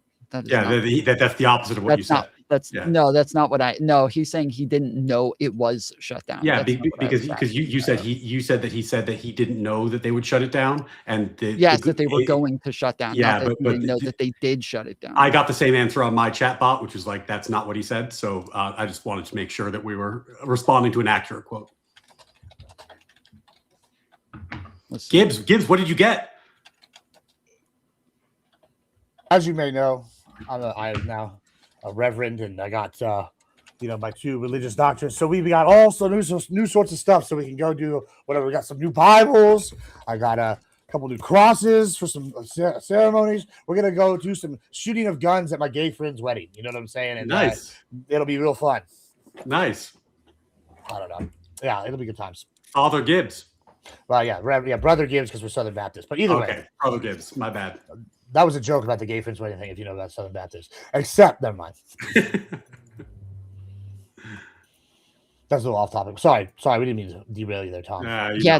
Each time I ask this, it's answering a question that I'm not asking. This is really fucking. What is your question? I'm sorry, Tom. Don't let it derail your whole. What is your question? I'll try to answer it directly.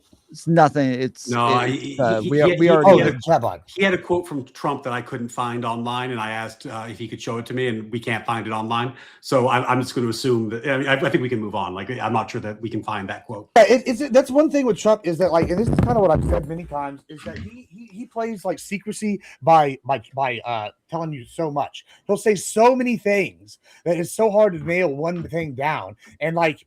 It's really an interesting strategy. Like, I think, like, back in the day when Bill Clinton had gotten in trouble for what was the Monica Lewinsky thing, if he had just like owned up to it or said something else wild or done something else wild, people would have forgot about that. Like, maybe if he had actually gone outside and smoked weed with Willie, it would have gone back. Trump's kind of like that. He'll do something wild and then you forget about what he did last week. And it's an interesting strategy. Yeah, it certainly worked for him. Yeah, this is something that, like, Tulsi Gabbard was asked about numerous times in front of the Senate the other day, and she wouldn't. They kept asking her if she did consult him on this and let him know that it was likely that the strait would be shut down, and she wouldn't answer the question, seemingly because she didn't want to contradict what it was that Trump said. So I remember watching him say it. I know that he said it. It's answering questions that I'm not asking, because this is one of the problems that I have with searching things with the war every day, is that because there's so many developments on a daily basis, that even if I try finding something from a week ago, it's only giving me stuff from the last 2 days every single time that I search. So. I think you're 100% right about that, Tom. And also, this was kind of a hard lesson for me during the Israel-Palestine conflict, where you had in the modern era, information warfare is part of a war effort. So like even if you try to stay up to date on the news, things get put up and taken down and changed really quickly. There's a lot of sources that I see where I look at them and I'm like, oh my God, that's a big deal. And then I realize it's not trustworthy. You know, like it's tough. It's tough out there to consume media these days because, you know, you have to be aware that both sides are maximally engaged in propaganda efforts right now. Like that's just part of it. I don't know if you saw Iran's propaganda wing today. They dropped a fucking banger, and I hope it goes on Spotify. It was very good. Just saying. They've had some pretty. I'll give them credit where credit's due. They've had some very good AI rap songs. Yeah, Iran did put out a very funny cartoon making fun of Trump. That was very. The Lego ones are good. They've done 2 or 3 of those now. Yeah, that's. They also, Trump and his administration had recently been asking other NATO members for help over in Iran. Demanding that these countries come in and protect their own territory because it is their territory. It's a place from which they get their energy. And they should come and they should help us protect it. We are talking to other countries about working with us on the policing of the strait. And I think we're getting good response. If we do, that's great. And if we don't, that's fine too. Remember, like as an example, in many cases, the NATO countries, we're always there for NATO. We're helping them with Ukraine. And it's got a notion in between us. Doesn't affect us, but we've helped them. It'd be interesting to see what country wouldn't help us with a very small endeavor, which is just keeping this. So, Joel, do you think any other countries have a responsibility to come help the United States, considering that the United States has been there, especially financially, for these other countries? I think that if we use the early 2000s as reference, and if we look at NATO as a structure, I mean, early 2000s, Bush and Cheney and everyone, they tried making arguments for a long time before doing operations like this or wars like this. And, you know, allies agreed to partake in it as well. We evoked Article 5. We had, I think, hundreds of Europeans come in and fight and die for us in the Middle East. So they have come to America's defense after 9/11 and that terrorist attack. Now this, it seems that even Marco Rubio himself, and I hate doing this too, because I do think that people do use this, you know, and weaponize it for anti-Semitism. I do think that happens a lot. For like the Fuentes of the world, but it is true that they said that Israel forced their hand and drug us into this war, and that could be the same. Although Canada and Europe are showing pretty positive signals towards, you know, supporting being anti-Iran. I think even Carney was like happy America did the strikes and everything. I don't think it's their responsibility to jump out here and spend billions of dollars, and I don't think that it's defensive what America is doing right now. So that'd be a disagreement we'll have on this panel. But yeah, I don't think that they should be forced within days to dedicate efforts to this and then be threatened with terrorism and their own internal politics. The leaders of these countries, no one wants them to be involved in this. So they're not going to get elected if they do help America. Ryan? I think they are under a lot of pressure to help us, and I don't mean moral pressure necessarily. I mean economic pressure. The reality is, America is, you know, our interest in oil flowing between countries is about price management. But in terms of actually having oil, we actually have enough oil. We have our own oil. We have we produce an excess of oil. We're a net exporter. Europe, on the other hand, they are very reliant on oil from the Middle East in particular, but also oil from Russia in some places, in order to fuel their economies. And I think that they are going, if the strait stays closed, for example, for an extended period of time, they're going to suffer far more than we do, and their citizens are going to suffer far more than we do in that circumstance. So that's hopefully something their governments will take into account. Who knows whether or not they will, but they probably should. One difference, not that we've not been doing legal stuff, so I'm not going to belabor legal stuff, but one difference between the conflict now and the conflict in Iraq is that at least for the first Gulf War, we could get UN Security Council authorization for strikes, which then we argued could be used for the second Gulf conflict as well.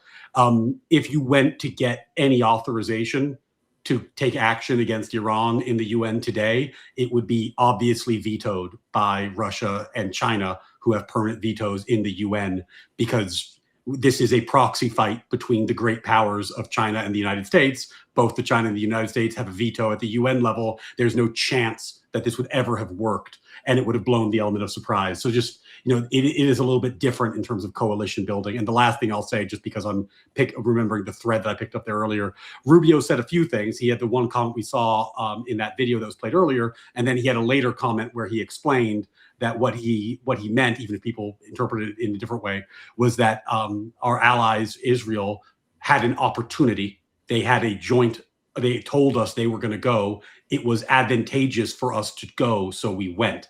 You can call that being dragged in, but the entire reason, well, not the entire, but one of the major reasons that we are allies with Israel is because they have the best military in the region and they have the best intelligence operation in the region. This is what our alliance is for. That they can show us when and where, then we can piggyback off of their capacity to achieve our own goals. It's not weird for your allies and you to have a shared military goal. That's what an alliance is for. Well, it's kind of the other way around, though, right? They have a strong military because we're allies with them. We're not allies with them because they have a strong military.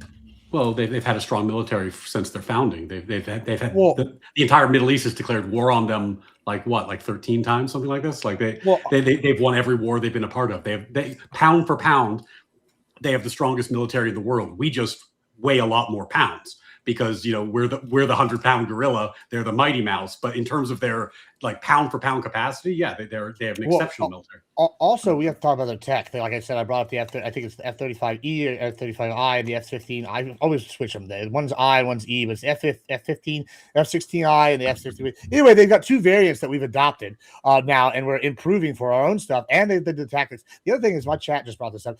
Their intelligence. I was reading a report now. They think the part of the reason we were able to get so many of their leadership is because not how only did they get into the leadership, they got into the dentistry and all the areas around where they have bases and stuff. And they basically implanted trackers that don't require electricity into their teeth. So these people are walking around for almost 10 years with trackers, and that's why we're able to pinpoint locate bomb. Do you really want to fuck with a power that's so good at intelligence they can put a tracker in your teeth, you never know about it, and they get bombed? This is the kind of conspiracy theory shit that they were talking about. Oh, they're going to implant us with the virus and the vaccines. Israel's doing this already, except they're putting it in your teeth and nobody even thought about it. This is wild stuff, and this is why they keep winning. Intelligence and logistics wins war, and then tech. And guess what? Israel's got all three, and they have the will to use them. Remember when they blew up all the terrorist nuts last year? Mossad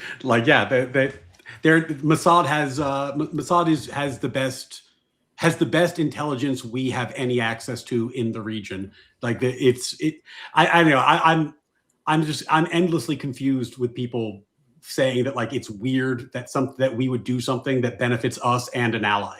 That's just what alliances are for. Well, that kind of comes to the actual question, though, is with other countries not wanting to get involved, obviously it would be somewhat beneficial for them to get involved. To me, it almost reads as though a lot of these countries have lost respect for the United States, or they don't trust Donald Trump in this conflict, to where maybe they would get involved if it was somebody else, but it doesn't seem as though they're willing to get involved while it's Donald Trump who's leading the way. Do you guys think that it is Trump that is making the difference here? Maybe. I don't know. It's possible. I mean, maybe with a different president, maybe if it was announced in a different way and he built a coalition for months and months. Now, of course, this was a surprise attack, so building a coalition for months and months, not a viable option in a surprise scenario. But I could imagine a different president who hadn't done the tariffs. Maybe I think in good faith that might have swayed them. But here's the thing ultimately, and this is the major criticism of Europe that Trump's been leveled. It's a fair one. They've been free riding on our military forever. They've been free riding on our military. They just started spending on defense for the first time ever. And what they were doing is they were not spending on their own defense and then criticizing us for spending on ours and saying, how come you guys don't have the universal healthcare systems that are falling apart all over Europe? But the ultimate truth is that Europe is in a state of managed decline right now. Like they are fading as a relevant power block. Like if I was looking at the great powers in the world right now, I would say America, China, Russia in that order. Europe would be fourth. And they don't seem poised to make a comeback. Unfortunately, they became the kind of allies who were very happy to spend time criticizing us while riding on our coattails. So I mean, I don't know. I like would they have been more useful? Maybe. If they show up, I will be pleasantly surprised. I hope they will. I think it would be better if they did, but I do think that they've been very critical of us doing the work that they were unwilling and or unable to do that kept them safe for a long time. So, we'll see. Jonah, by the way, Jola, sorry, I keep calling you Jonah. I know we've gone hard in the paint a few times. Your partner like drunkenly rage quit on you earlier in the debate. Yeah, I feel bad about that. That sucks, man. It sucks to be outnumbered on a panel. So yeah, I want to shout that out while we have a break. Well, just real quick, we did get a raid from I wasn't even that bad. We did get a raid from Illogics, and so I did send him an invite and asked him if he wanted to hop on just in case he wanted to even it back up again. I want to apologize, Tom. I did not intend for. Oh God, it keeps doing this every time I put my hand up. I want to apologize, Tom. I did not expect him to rage quit after he called me a retard, and I just responded to it in opening. But hey, there's those that have balls and those that pretend to be conservative, and that's him. Is there beef between you two? Apparently, yeah, he's a fucking piece of shit, and I don't like him. But he's got owned, and I fucking cost him half his viewership like 3 or 4 times because I put him on blast and I showed him how fake a conservative he was. So he doesn't like it because I hurt his bottom dollar. But hey, it's okay. Get good scrub. You should. It did not cross my mind when I initially invited both of them, and then found out afterwards that remembered afterwards. Yeah, I'll fight anybody. I don't like a lot of people. In real life, I'll fight, but I'll work with anybody. If they're willing to do it. But some people have a case of pussitis, and Counterpoints is maybe the biggest example of bitch assness in all of streaming. So fuck that pussy. Well, since we're doing like random tangents, if you're interested in that sort of content and you want to see a conversation between me and Connor, where I was trying to figure out whether he was a conservative or a progressive, it's up on my channel. There's some spicy shit there, so go check it out. But yeah, Joa, what was your takes on the allies? Do you think that the reason that they're not hopping in the UK or even NATO isn't helping is because Trump is the one who's leading the way right now? Do you think they would have done it if it was another leader at the time? Yeah, right now, it makes sense why Europe would not want to help, whether it's Europeans or European leadership. So this is the first time, I think, in our modern history where China has a better perception on the global stage when it comes to Canada and Europe, and that's from the trade wars and Trump and JD Vance calling Europe a bunch of weak ass idiots who are free riders. And the truth is, if you look over why America has military bases everywhere, why we do NATO training exercises in Europe and all these different locations. And you could even include Israel here. We use all of these countries as military bases. And we've been doing that for a long time for our power projection. And that's sort of the deal. They house our troops. They house our bases. They share intel. We give, protection of some kind, and Europe is able to be relatively safe. And there are politicians in Europe, and especially France, who are against America doing that because, they say America makes us too reliant on America. And if America ever pulls funding from us, we'll have to actually build something ourselves. And it's going to be very hard for us to do that. And that's what Trump and JD Vance said very clearly, is they intend to make it that reality. So if JD Vance and Trump really want to live in a world where they don't need Europe's help, then Trump can't be out here crying like, oh, please send us minesweepers. Please get into the war tomorrow. It's like, Trump, if you think, Trump says one time America can do it by ourselves, then he says we need our allies. You got to pick one. You got to treat them like allies and get them to like America and want to support America, or you can't be surprised when they just say, no, they're not going to help us. Well, you brought up something interesting, and you brought this up earlier about all the missiles being spent and all this good things. One of the key cornerstones to Trump's policy when he was running for office. I'm going to use two of them. Was one, he wants us to have the strongest military in the world. Well, how do you do that? You have a lot of stuff. And secondly, what else did he say? He wants to bring manufacturing back to America. Well, I mentioned in my opening that we're building drones over in Arizona. I mentioned we're building drones in the Gulf state of Texas down here by the border. So it's pretty clear to me that he's fulfilling campaign promises by getting manufacturing here, by making sure we have the strongest military, by using new tech, by using new strategies, by demonstrating our air superiority, getting this combat experience in a country that's not ready. So yeah, I think he's actually fulfilling more campaign promises. Even if he, okay, let's take it on face value. That's 100% true that he meant no new wars in the way y'all are saying, which is not, but let's just say it is. Then he's still fulfilling more campaign promises by doing this. And so it's like, oh, cross one out, but gain three more. I think that is a win.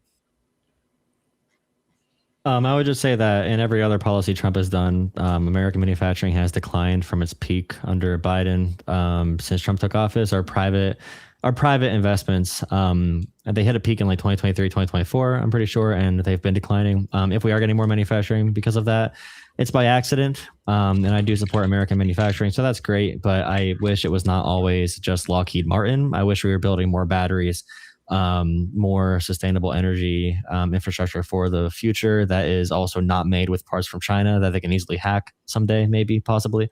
So that concerns me. I'm almost about to start another conversation about cybersecurity. You like energy? You like energy stuff? You just said batteries. You know, do y'all remember when everybody made fun of Texas a couple of years ago because we had the big snowstorm and everybody froze to death in Texas? Well, thank you. Yeah. Texas is the leader in renewable energy, right? And yeah, so now, and we built a bunch of batteries. We built a bunch of manufacturing. We're even looking at building those micro nuke plants. These are all happening under Trump because he's lowered regulations. He's got stuff going down here. I just when you say these things, it's by accident. It's why is it that the states that are most aligned with Trump are the ones that are actually going and doing these things, like Texas getting green energy, well, like Texas, Arizona. Texas also has the most windmills that are killing. Well, the whales. Also Joe Biden's you gotta watch out for the windmills. The cows don't like them. With Joe Biden's policies, the infrastructure bill, the Inflation Reduction Act, I'm pretty sure Texas might be the largest recipient of Joe Biden's policies. Red states receive more money than blue states did because they have more grounds to build these factories. It probably is cheaper. There is a need for, I think conservatives that I know, they like solar panels and wind energy. They just don't want to be gay. And people think it's gay to support solar energy, which I think is Chinese propaganda personally. But that's only partially true. Like, so you know why we have more solar panels? It's so because Texas did something else in addition to that allowed us to have solar panels. So like, let's compare Texas and California on energy. California's got a ton of restrictions, right? Because they have to all these different things. You have to meet these EPA stuff, all this other extra stuff. Well, Texas, what we did was we deregulated the energy market. So now you can actually sell your energy back to the energy companies. That's why most houses, not most, but a lot of the houses have solar panels on them in Texas. That's why they're able to do the windmills and all sorts of stuff. And so, yes, Joe Biden did do that. But in addition to that, Texas took other initiative steps to gain this green energy push because they've said, hey, well, if they're going to do this, let's deregulate a market and get rid of other laws somewhere else that's going to allow this to actually thrive, as opposed to what California did, who's also a very large state. And they went the opposite way, which is put more regulations, more restrictions. So, yeah, you can try to give Joe Biden the credit, but that's ignoring the fact that conservatives in Texas have done all these additional things to make that work. Well, Texas is leading for utility. I'm sorry, just one quick thing. Texas is leading for like utility solar production, but California still leads with like people having solar panels on their houses as well. So if you combine private and public, I think California is still ahead, but Texas is definitely the fastest growing and is going to be overtaking California within the next couple of years. The thing. I mean, I know we're going way off topic now, sure. But ultimately, if your concern is like, if we're talking about like the energy grid, I would encourage anybody who watches this to pay attention to your local politics more than federal politics, because that's where the actual action is most of the time. Like in New York, where I don't live anymore, but I used to, is they talk a really big game about going green, all these policies, X, Y, and Z. But the reality is they decommissioned their nuclear plant, which was the greenest part of their actual grid makeup. And their policies make it so that if you install solar on your house, you can't decouple from the energy company. And in fact, you have to pay the energy company every month. So like the proof is in the pudding in terms of local policies. And that's not even, I'm not trying to make this like a left or right thing. That's just like a, oftentimes if you want to actually achieve something that requires zoning or like actually functional law, it's not always federal, it's often state or local. And people need to show the fuck up and vote in their local elections, because some of these laws are just idiotic. Like, you know, it's the fact that New York has laws on the books that make it harder for people to do green energy while claiming that they're prioritizing green energy is just, I mean, the hypocrisy and how frustrating it is I'm sure obvious just from the explanation. And the answer to that question real you quick, pointed up we there. have one last question. Trump claimed that Iran had 48 hours to negotiate, or else he was going to obliterate the oil fields. Since then, he has backed off, initially saying that they were negotiating. Iran claimed that they weren't negotiating. And then the Trump administration was upset with the media for believing Iran over the United States. Jola, did you believe Iran when they said that they were not negotiating with the Trump administration at the time? I probably do, just because Trump says stuff all the time, and it just happens to correlate with when the markets open and close. So it's hard to really take anything seriously that Trump says here. And Trump also was talking about how Iran gave us a big gift by allowing, and he was hiding what the big gift was. And apparently the big gift was allowing 10 carriers to pass through, 10 oil carriers to pass through that were not even from America. And Trump said it was a gift for the global oil markets, but it was for countries like India. He received the big gift. Yeah, he received the big gift. And then the next day he said, well, the oil tankers through. Yeah, for like India, so not for America, but technically Trump liked it because it helps the global oil supply. So he says stuff like that all the time. I don't believe they were really negotiating. I don't think Iran would negotiate directly. If it was through like Oman or another country like that, I would believe it, but I don't think Iran would directly do that right now.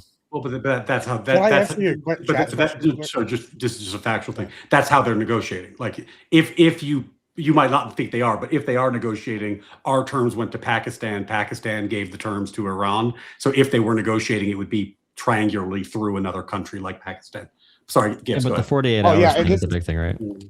Yeah, this is your chat's question that you just posted up on here, Tom. It's actually because Tom is actually Kane from Command and Conquer. That's why he's a based Chad involved. You know what I'm saying? Sorry. I keep seeing a lot of people talk about how jealous Gibbs is of my bald head, but I am very jealous.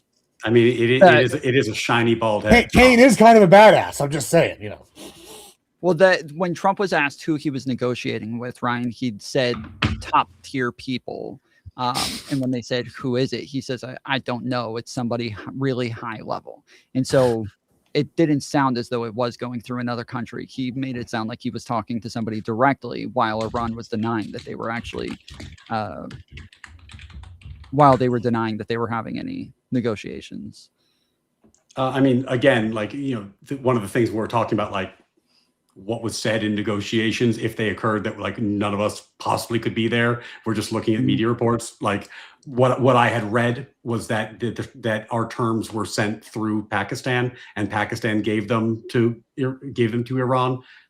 I mean, I don't know how we could prove or disprove that the negotiations took place. And also, it's a little bit of a weird one, right? Because like if you're negotiating by proxy and you send terms and they say, you know, we don't like your terms, are you negotiating?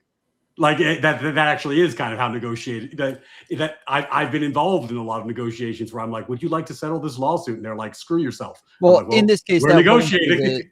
That wouldn't be the case in this scenario, because the deadline was at this moment that if they didn't actually start negotiating this within those 48 hours, that they were going to be obliterated, that their South Parsfield was going to be obliterated. And so the idea has to be that they were actually entering into negotiations, not just saying like, no, we're not interested in that, right? And I don't know what he meant by that, and I don't know what happened, and I don't know, you know, what would have satisfied him in that situation, or if he was just blustering and threatening. Like I don't know, and I don't know that any of us could possibly know. Like we're in this strange situation where, it's like, what is Trump thinking? What is the Ayatollah thinking? It's like, I don't know that we have access to that information. I think all we can do is kind of watch the process play out.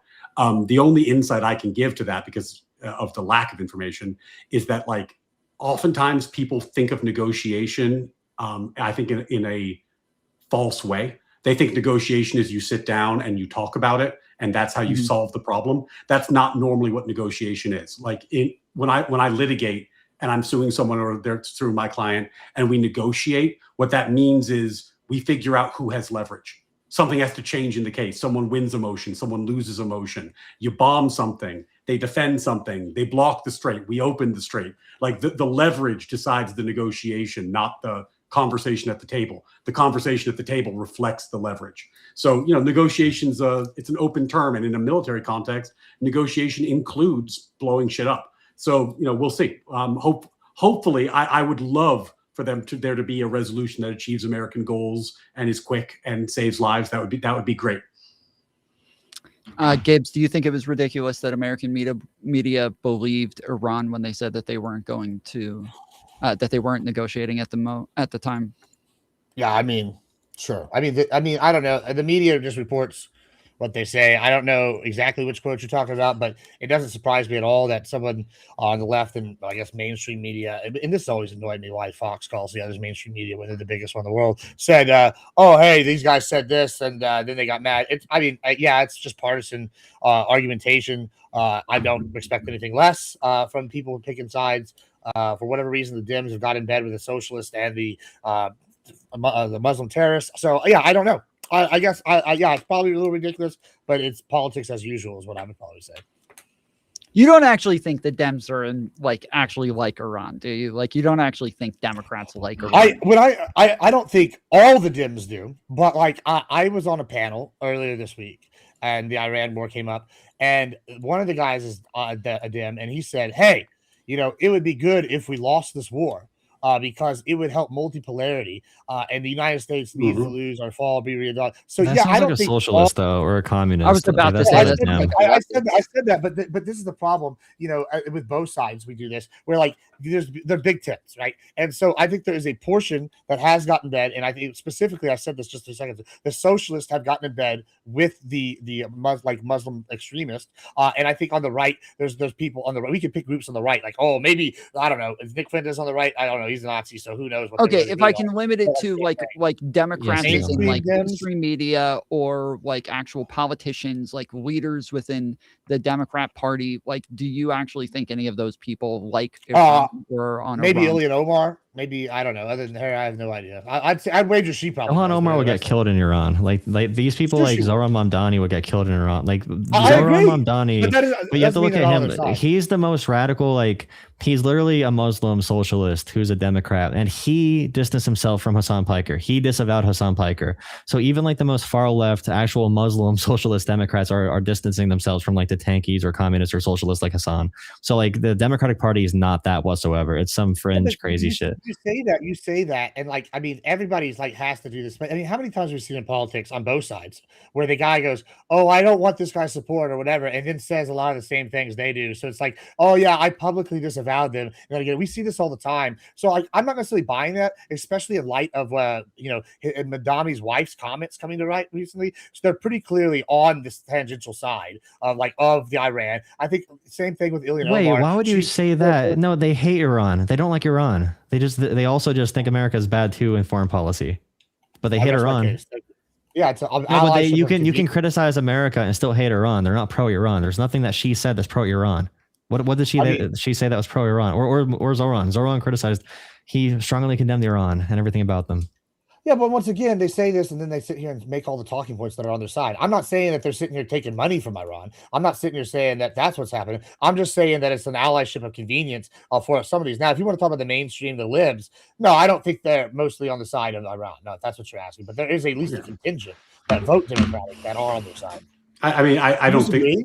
I don't think she said that she supports Iran. I do think it's accusing the country of bombing them during Ramadan because of who they worship is not exactly a helpful statement. No, So yeah, but like Joel, to give you the point in fairness, like I don't think I am at least unaware of any Democratic politicians saying like I think Iran is better the way that Hassan Piker would. Yeah, it's not like it's Tulsi Gabbard in Syria. You know what I'm saying? I'm just... Well, she is a foreign agent too, which is crazy that she works for the job she does. But yeah, I mean, Zohran Mamdani, everything about him. It's funny when Republicans, I see them talking about Sharia law and Zohran, and I'm like, Zohran is a pro-trans, extremely secular person who probably is just like a person who's a Christian and goes to church like once every year so they can say they're Christian, and they just like wear pride flags everywhere. Like he's Muslim in the same exact very casual capacity, but people call him like a, you know, wanting Sharia law when his wife wears, you know, belly shirts with, you know, see-through shirts with bralettes. Like it's so stupid to say he's pro-radical Islam. Like they would definitely be killed in Iran or another country like that and protest the regime. I don't think they're pro-Iran. I think that what I see on the left is an unwillingness to view patriotism and geopolitics as a team sport. Well, that's right? the big thing you would hate, right? They're anti-American hegemony, right? Which is your big thing, right? Yeah, that's what I mean. I think that they don't see that as they're anti-American exceptionalism, they're anti-American hegemony, they're anti, you know, the idea that America is acting in its own interest and doing things for this reason. Like, for example, they would say something to you about they would bring up international law a lot. The implication being that it would be better if America was beholden to international law and subject to some sort of international body that would be able to stop America from violating international law in all the ways they accuse it of doing. Things like this. Then, is that pro-Iran? No. Is it directly contrary to American values and American exceptionalism? Yeah. And that is a problem. It's not the problem of being pro-Iran, but it's not an insignificant problem. Well, Joel, you brought up the Tulsi Gabbard being a shill for Russia and seemingly for Iran as well. A lot of people have made the complaint that this current war is only helping Russia. Do you think that Russia is benefiting greatly in this war? And do you think people like Tulsi and others in the administration would have something to do with that? It's really complicated when it comes to that, because although I do think it benefits, like, I think the ultimate beneficiary is China on the global stage of everything Trump does, whether it's the tariff, trade war stuff, whether it's the wars and foreign policy. Like China has been having global economic forums while Trump has been bombing countries and like pissing himself on TV. So like, it's hard to say. That I actually need to think about that more, because you have like Tucker Carlson taking like the anti-war perspective in the Republican Party, but then people accuse him of working more for Iran and Qatar, you know, but he also does Russian propaganda. He said, like Tucker said, Moscow is more beautiful than any city in America. It's freaking gross as an American to say that and be allowed back in the country, which I am kind of nationalistic on that basis. But yeah, I need to think about that more and where the interests are, because everyone, I mean, everything you see right now is a psyop on the internet. It's really crazy.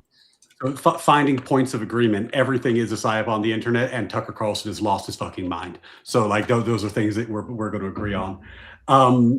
I'm really surprised by the statement that China is the big winner in all of this. Like to me, like I look at Trump's foreign policy, and what I see is him systematically attempting, you know, and you could question whether or not it's working, but certainly the attempt is to dismantle Chinese influence within our sphere of influence. Like Venezuela and Iran combined to be, I forgot the exact percentage. Iran is like 35% of China's oil, and Venezuela is like another big chunk.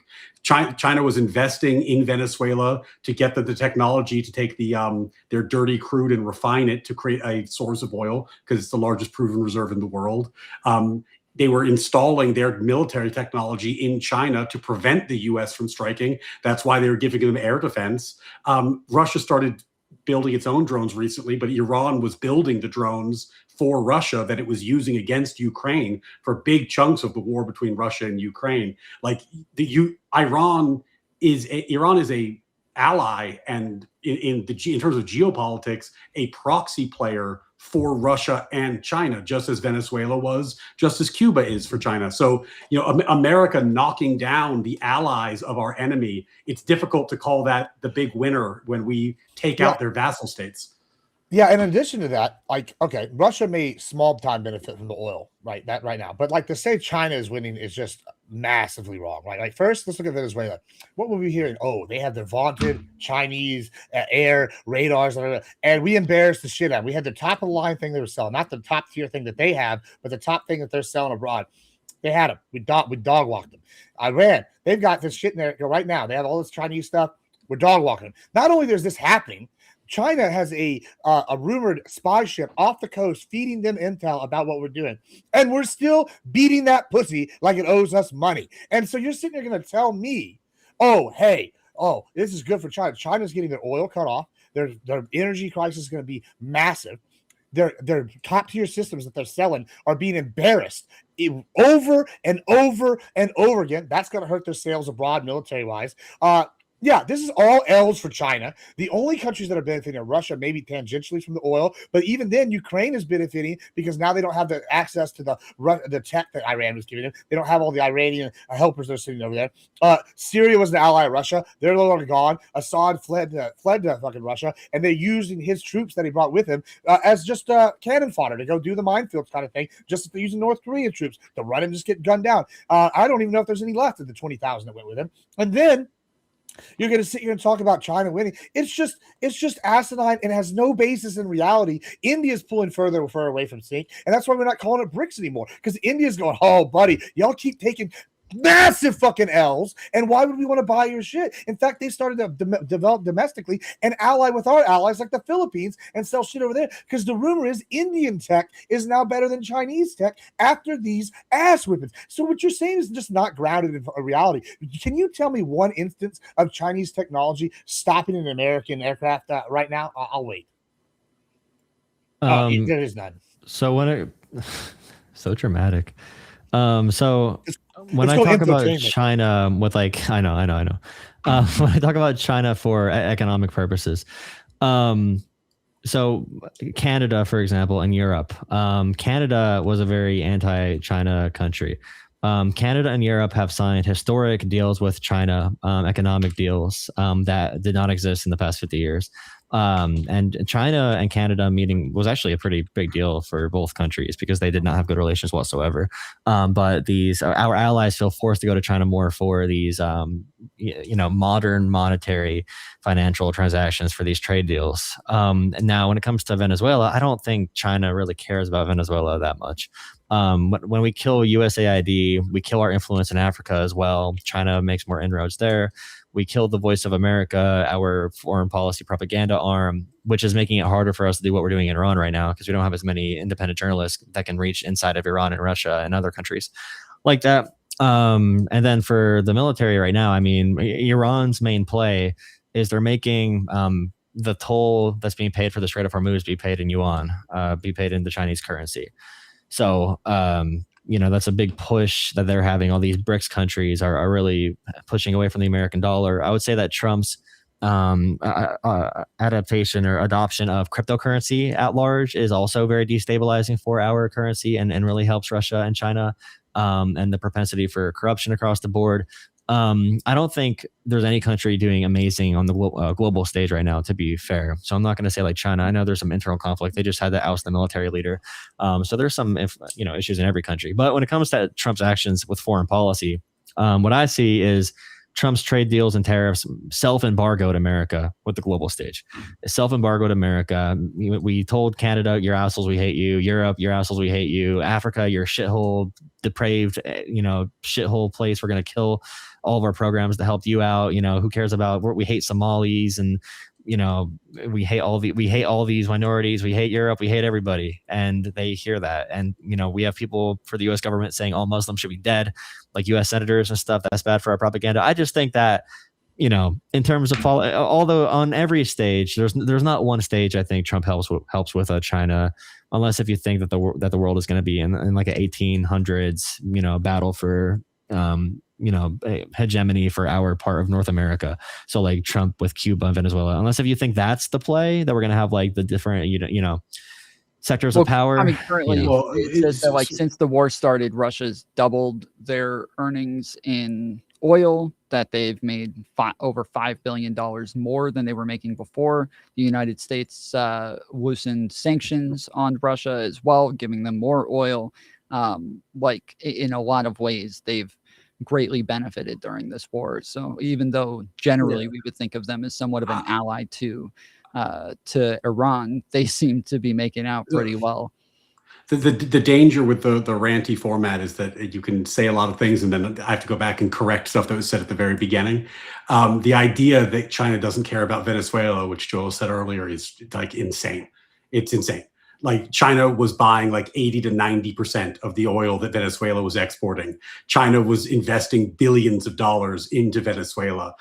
Like Venezuela was China's closest proxy and ally within our hemisphere. Like that was the forefront of communism within our hemisphere, that in Cuba. But unlike Cuba, Venezuela had upside because if they could ever stop mismanaging their own resources, which by the way, we built for them and they stole from us and it just expropriated, they have the largest proven oil reserve in the world. So can I clarify one thing about my argument? I would just say that China, not that they don't care at all, but if it comes, to would China rather have these brand new deals with Europe and Canada and expanded influence in Africa, or would they rather Venezuela be stable, which they still have, it has not been hindered that much. I'm just saying they would take the trade-off. I mean, what I'm saying is that it helps. It's helpful if you want to build a case to like just make sure that you're getting the facts right on stuff like this, because they care a great deal about that. And the reason that they care a great deal about that is that part of China's effort to undermine the US has been to replace not our access to oil, but the currency that oil is traded in.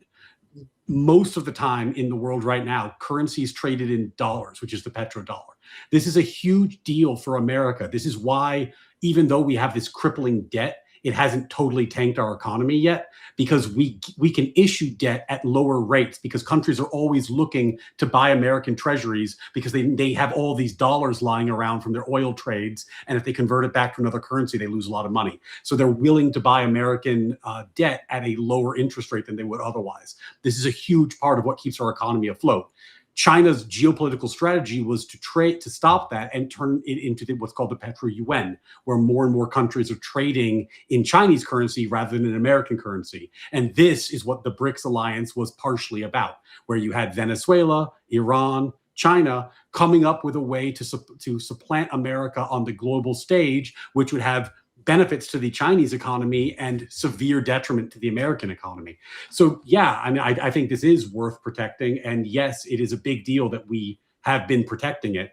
In terms of like China having trade deals with Canada and having trade deals with Europe, I don't know. I mean, maybe I know we pissed Canada off. I would agree with you. We certainly did that.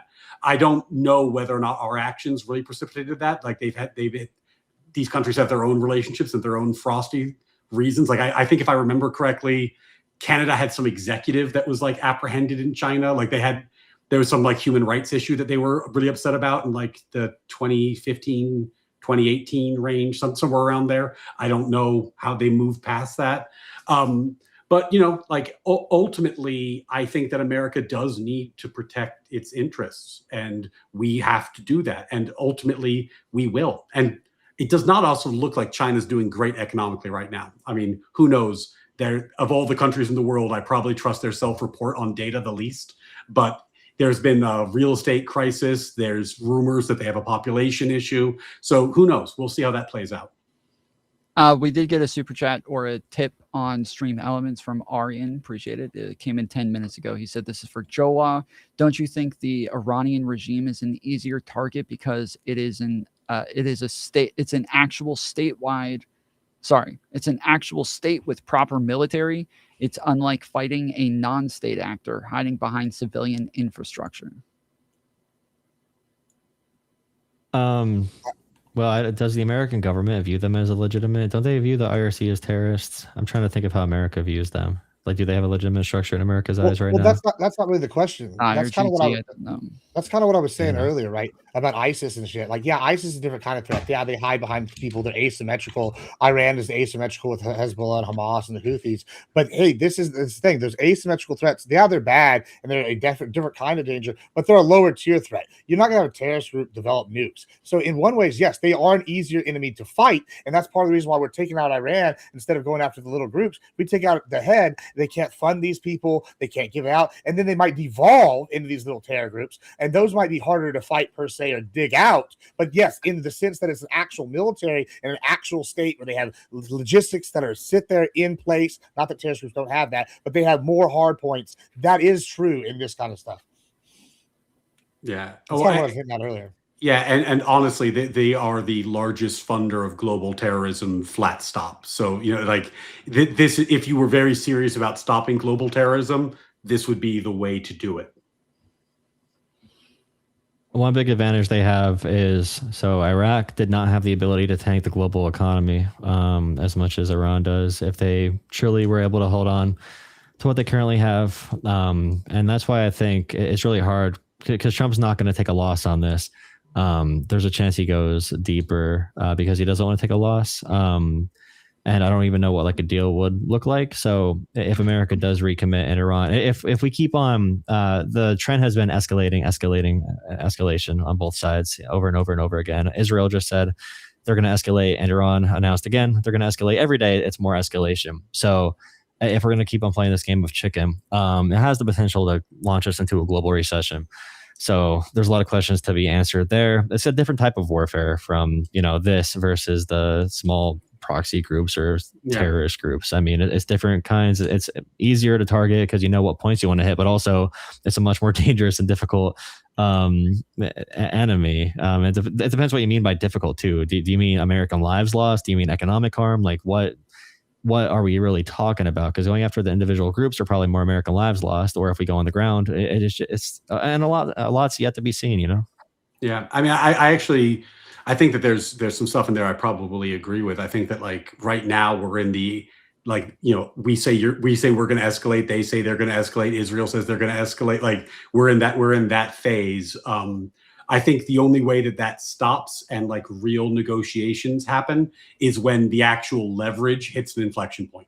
Like when, for example, Iran stops running out of weapons. That would be a moment when it happens, when we've crippled their capacity to an extent that they just cannot do something anymore. Maybe not completely. Maybe the Strait of Hormuz is still closed, but they can no longer realistically launch weapons at Israel, and we know it because they stopped. Because they've been launching them nonstop, but eventually, they are slowing down. They're down like, I forgot the exact figure. I've seen 70 and I've seen 90% since the first couple days of the war in terms of like the frequency with which Iran is sending out ballistic attacks at its neighbors. So ultimately, I think, they'll like us when we win is what's going to happen here. Like we need to actually cripple at least enough of their capacity that it creates a leverage point for negotiation. And until then, it's going to be bluster on both sides. Okay. Well, we're at 2.5 hours now, so we're going to go ahead and wrap it up. I'll let you guys shout your channels out again one more time, and we'll go the opposite direction. So go ahead, Admiral Gibbs.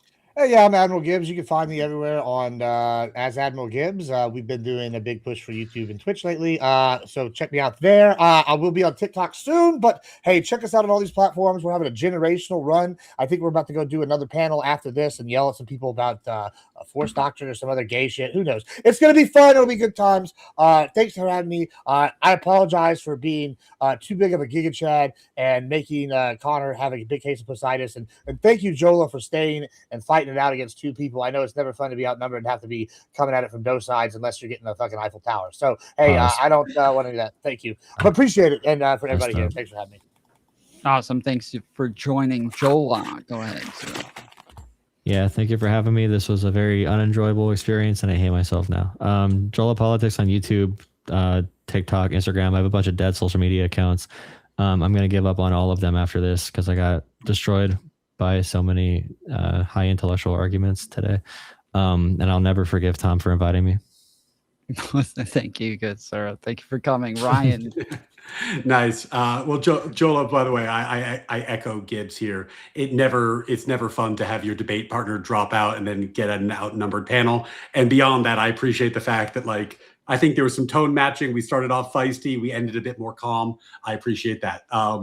So I'm Ryan Mullally. I'm an attorney. I talk about American politics, American law, American philosophy. My channel's Natural Law with Ryan Mullally, and we are on the rise. It's been growing. Viewership is up. Things are going well. Come by the channel if you want to hang out. We have a great community. And if you hate me and you want to yell at me, come by the channel and yell at me. That's fun too.